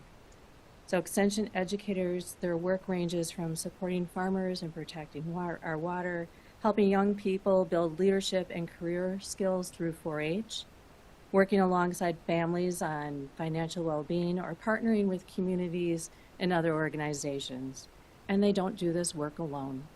Extension educators work across program areas within Extension's 6 institutes, across county lines and alongside county departments, schools, nonprofits, and local leaders so that we're not duplicating efforts and we're making the most of the resources that we have. So I'm going to go over the organizational chart. So Paul Salm is our only full-time educator here. He is human development and relationship educator and is committed to supporting caregivers and families from all walks of life. So programs such as Planning Ahead, which addresses the critical yet under-discussed areas of end-of-life planning, offering clarity and confidence for individuals and families as they prepare for future transitions. The Strong Bodies, We Cope, and Caregiving Compass programs equip residents with practical skills for stress reduction, self-care, and navigating complex caregiving systems. And Paul is now also offering a new 12-module program focused on digital skills education. And then Candace Dart is our 0.65 FTE 4-H educator. And her work involves close collaboration with 4-H community clubs and groups and volunteers. The goal is to ensure that both youth and adults are prepared to lead, listen, and learn together in a vibrant and supportive 4-H community. In 4-H, experiential learning uses the interests and curiosities of today's youth, or what we like to call sparks, to foster and support educational opportunities for youth. And you may have seen some of the projects 4-H youth created when exploring a spark through hands-on learning and showcased at their Door County Fair. Erica Bjergström is 0.33 FTE Extension Dairy Educator. She serves as a trusted resource and connector between university-based research-driven information and dairy producers where they live and work, engages farmers and industry professionals through one-on-one consultations, workshops, field days, and conferences to deliver practical, unbiased information that supports and informs farms and business decision-making, and conducts applied field research in dairy production, focusing on herd health, forages, and overall herd management. She collaborates with extension partners and colleagues to deliver a broad spectrum of relevant research-based education to the dairy industry. And then Laura Applebeck and Jace Purdy, they're Foodwise coordinator and educators. They are 100% grant funded. They work with farmers markets on gleaning projects and procuring fresh produce and food for food pantries, and provide direct nutrition education to members of the community. They are currently working here 20% under a bridge grant that they received after the federal funding ended in September of 2025. However, this bridge grant will end in September of 2026. And then Holly Herzog, she is our part-time administrative assistant, and she supports our entire office. We would not operate without Holly. She is the person that greets you when you enter the office. She finds out what your need is, directs you to where you can find your answer. She puts together our newsletter and our impact reports and updates our website. She supports us in so many ways. Actually, that's our staff. If you have any questions for me. All right, great. Thank you.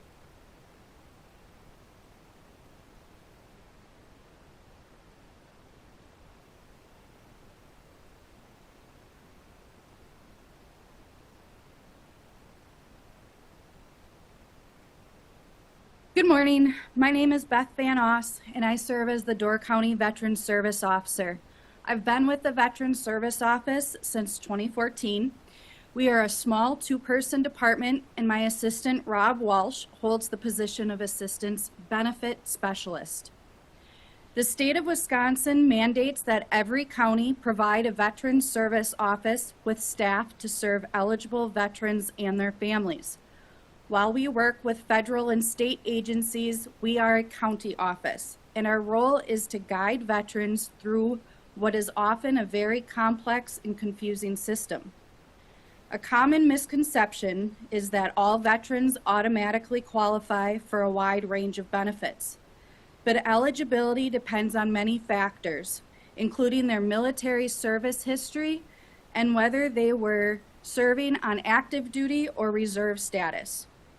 Another misconception is that we are part of the VA. We are not. And that local connection allows us to build trust and provide more personalized support. Our work covers a wide range of services. We assist veterans in filing and managing VA disability claims, often helping them secure compensation for service-connected injuries or illnesses. These claims can be complex and time-sensitive, and having local, knowledgeable assistance can make a significant difference in outcomes.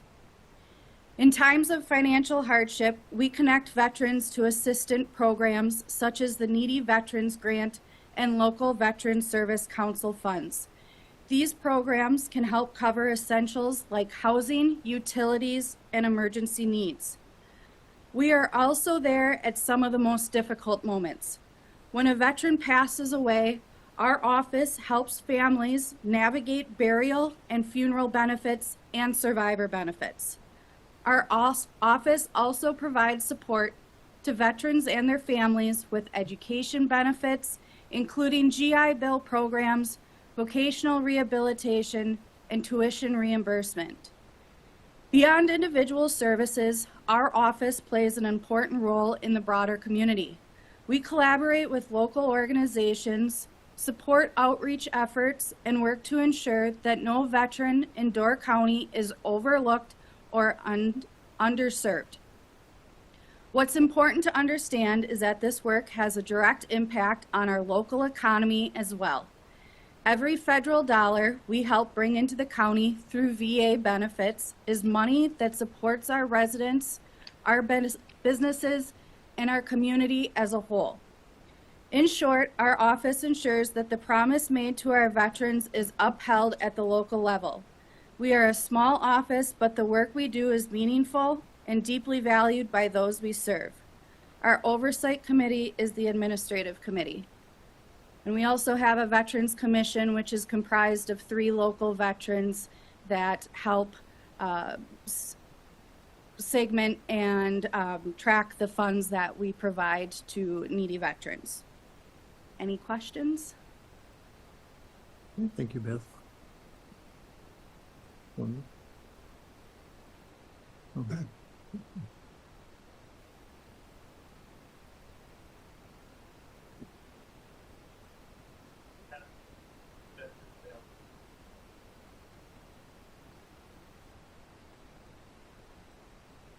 Org chart's a little off, but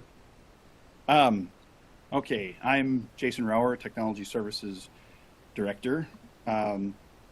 We're a service department that doesn't provide a service to the public, but instead make sure that the technology is available so departments can provide services as efficiently as possible. We do this with a staff of 9, 5 technicians, 1 administrative person, 1 project manager, 1 assistant director, and myself. We report to the admin committee. And our numbers increased because we recently inherited the library technician. So that's now under our watch and jurisdiction. The Technology Services Department handles all the technology related items for the county operations. I like to say anything with a cord going to it and blinky lights is pretty much something that we handle for the county. Technology that we use every day.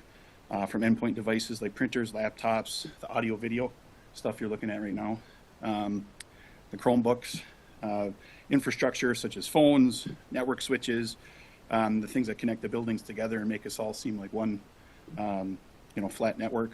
Our ability to do things remotely like firewalling, the Mr. Smith who's on right now remotely is part of some of the things that we do.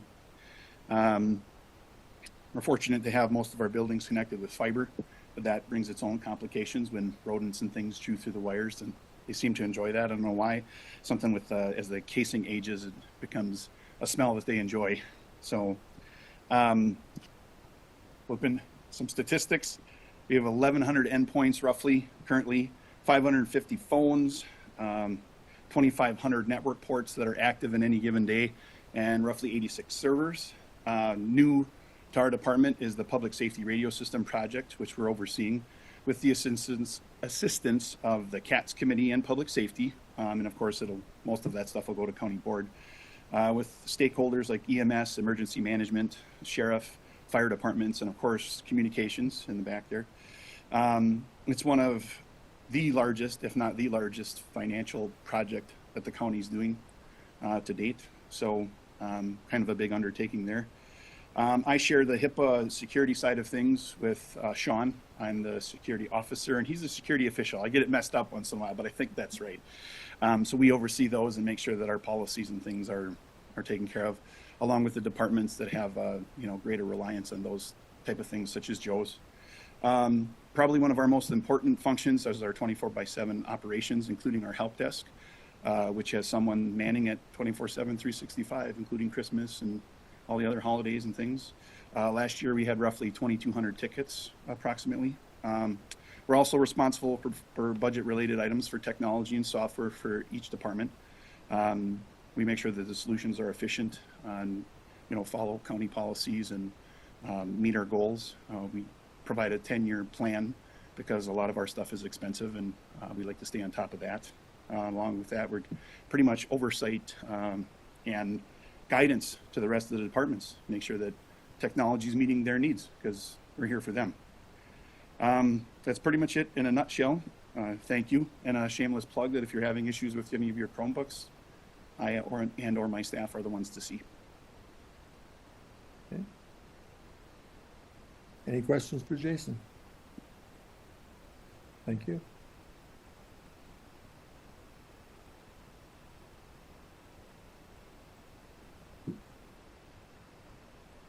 That's the last of the reports, I believe? Yep.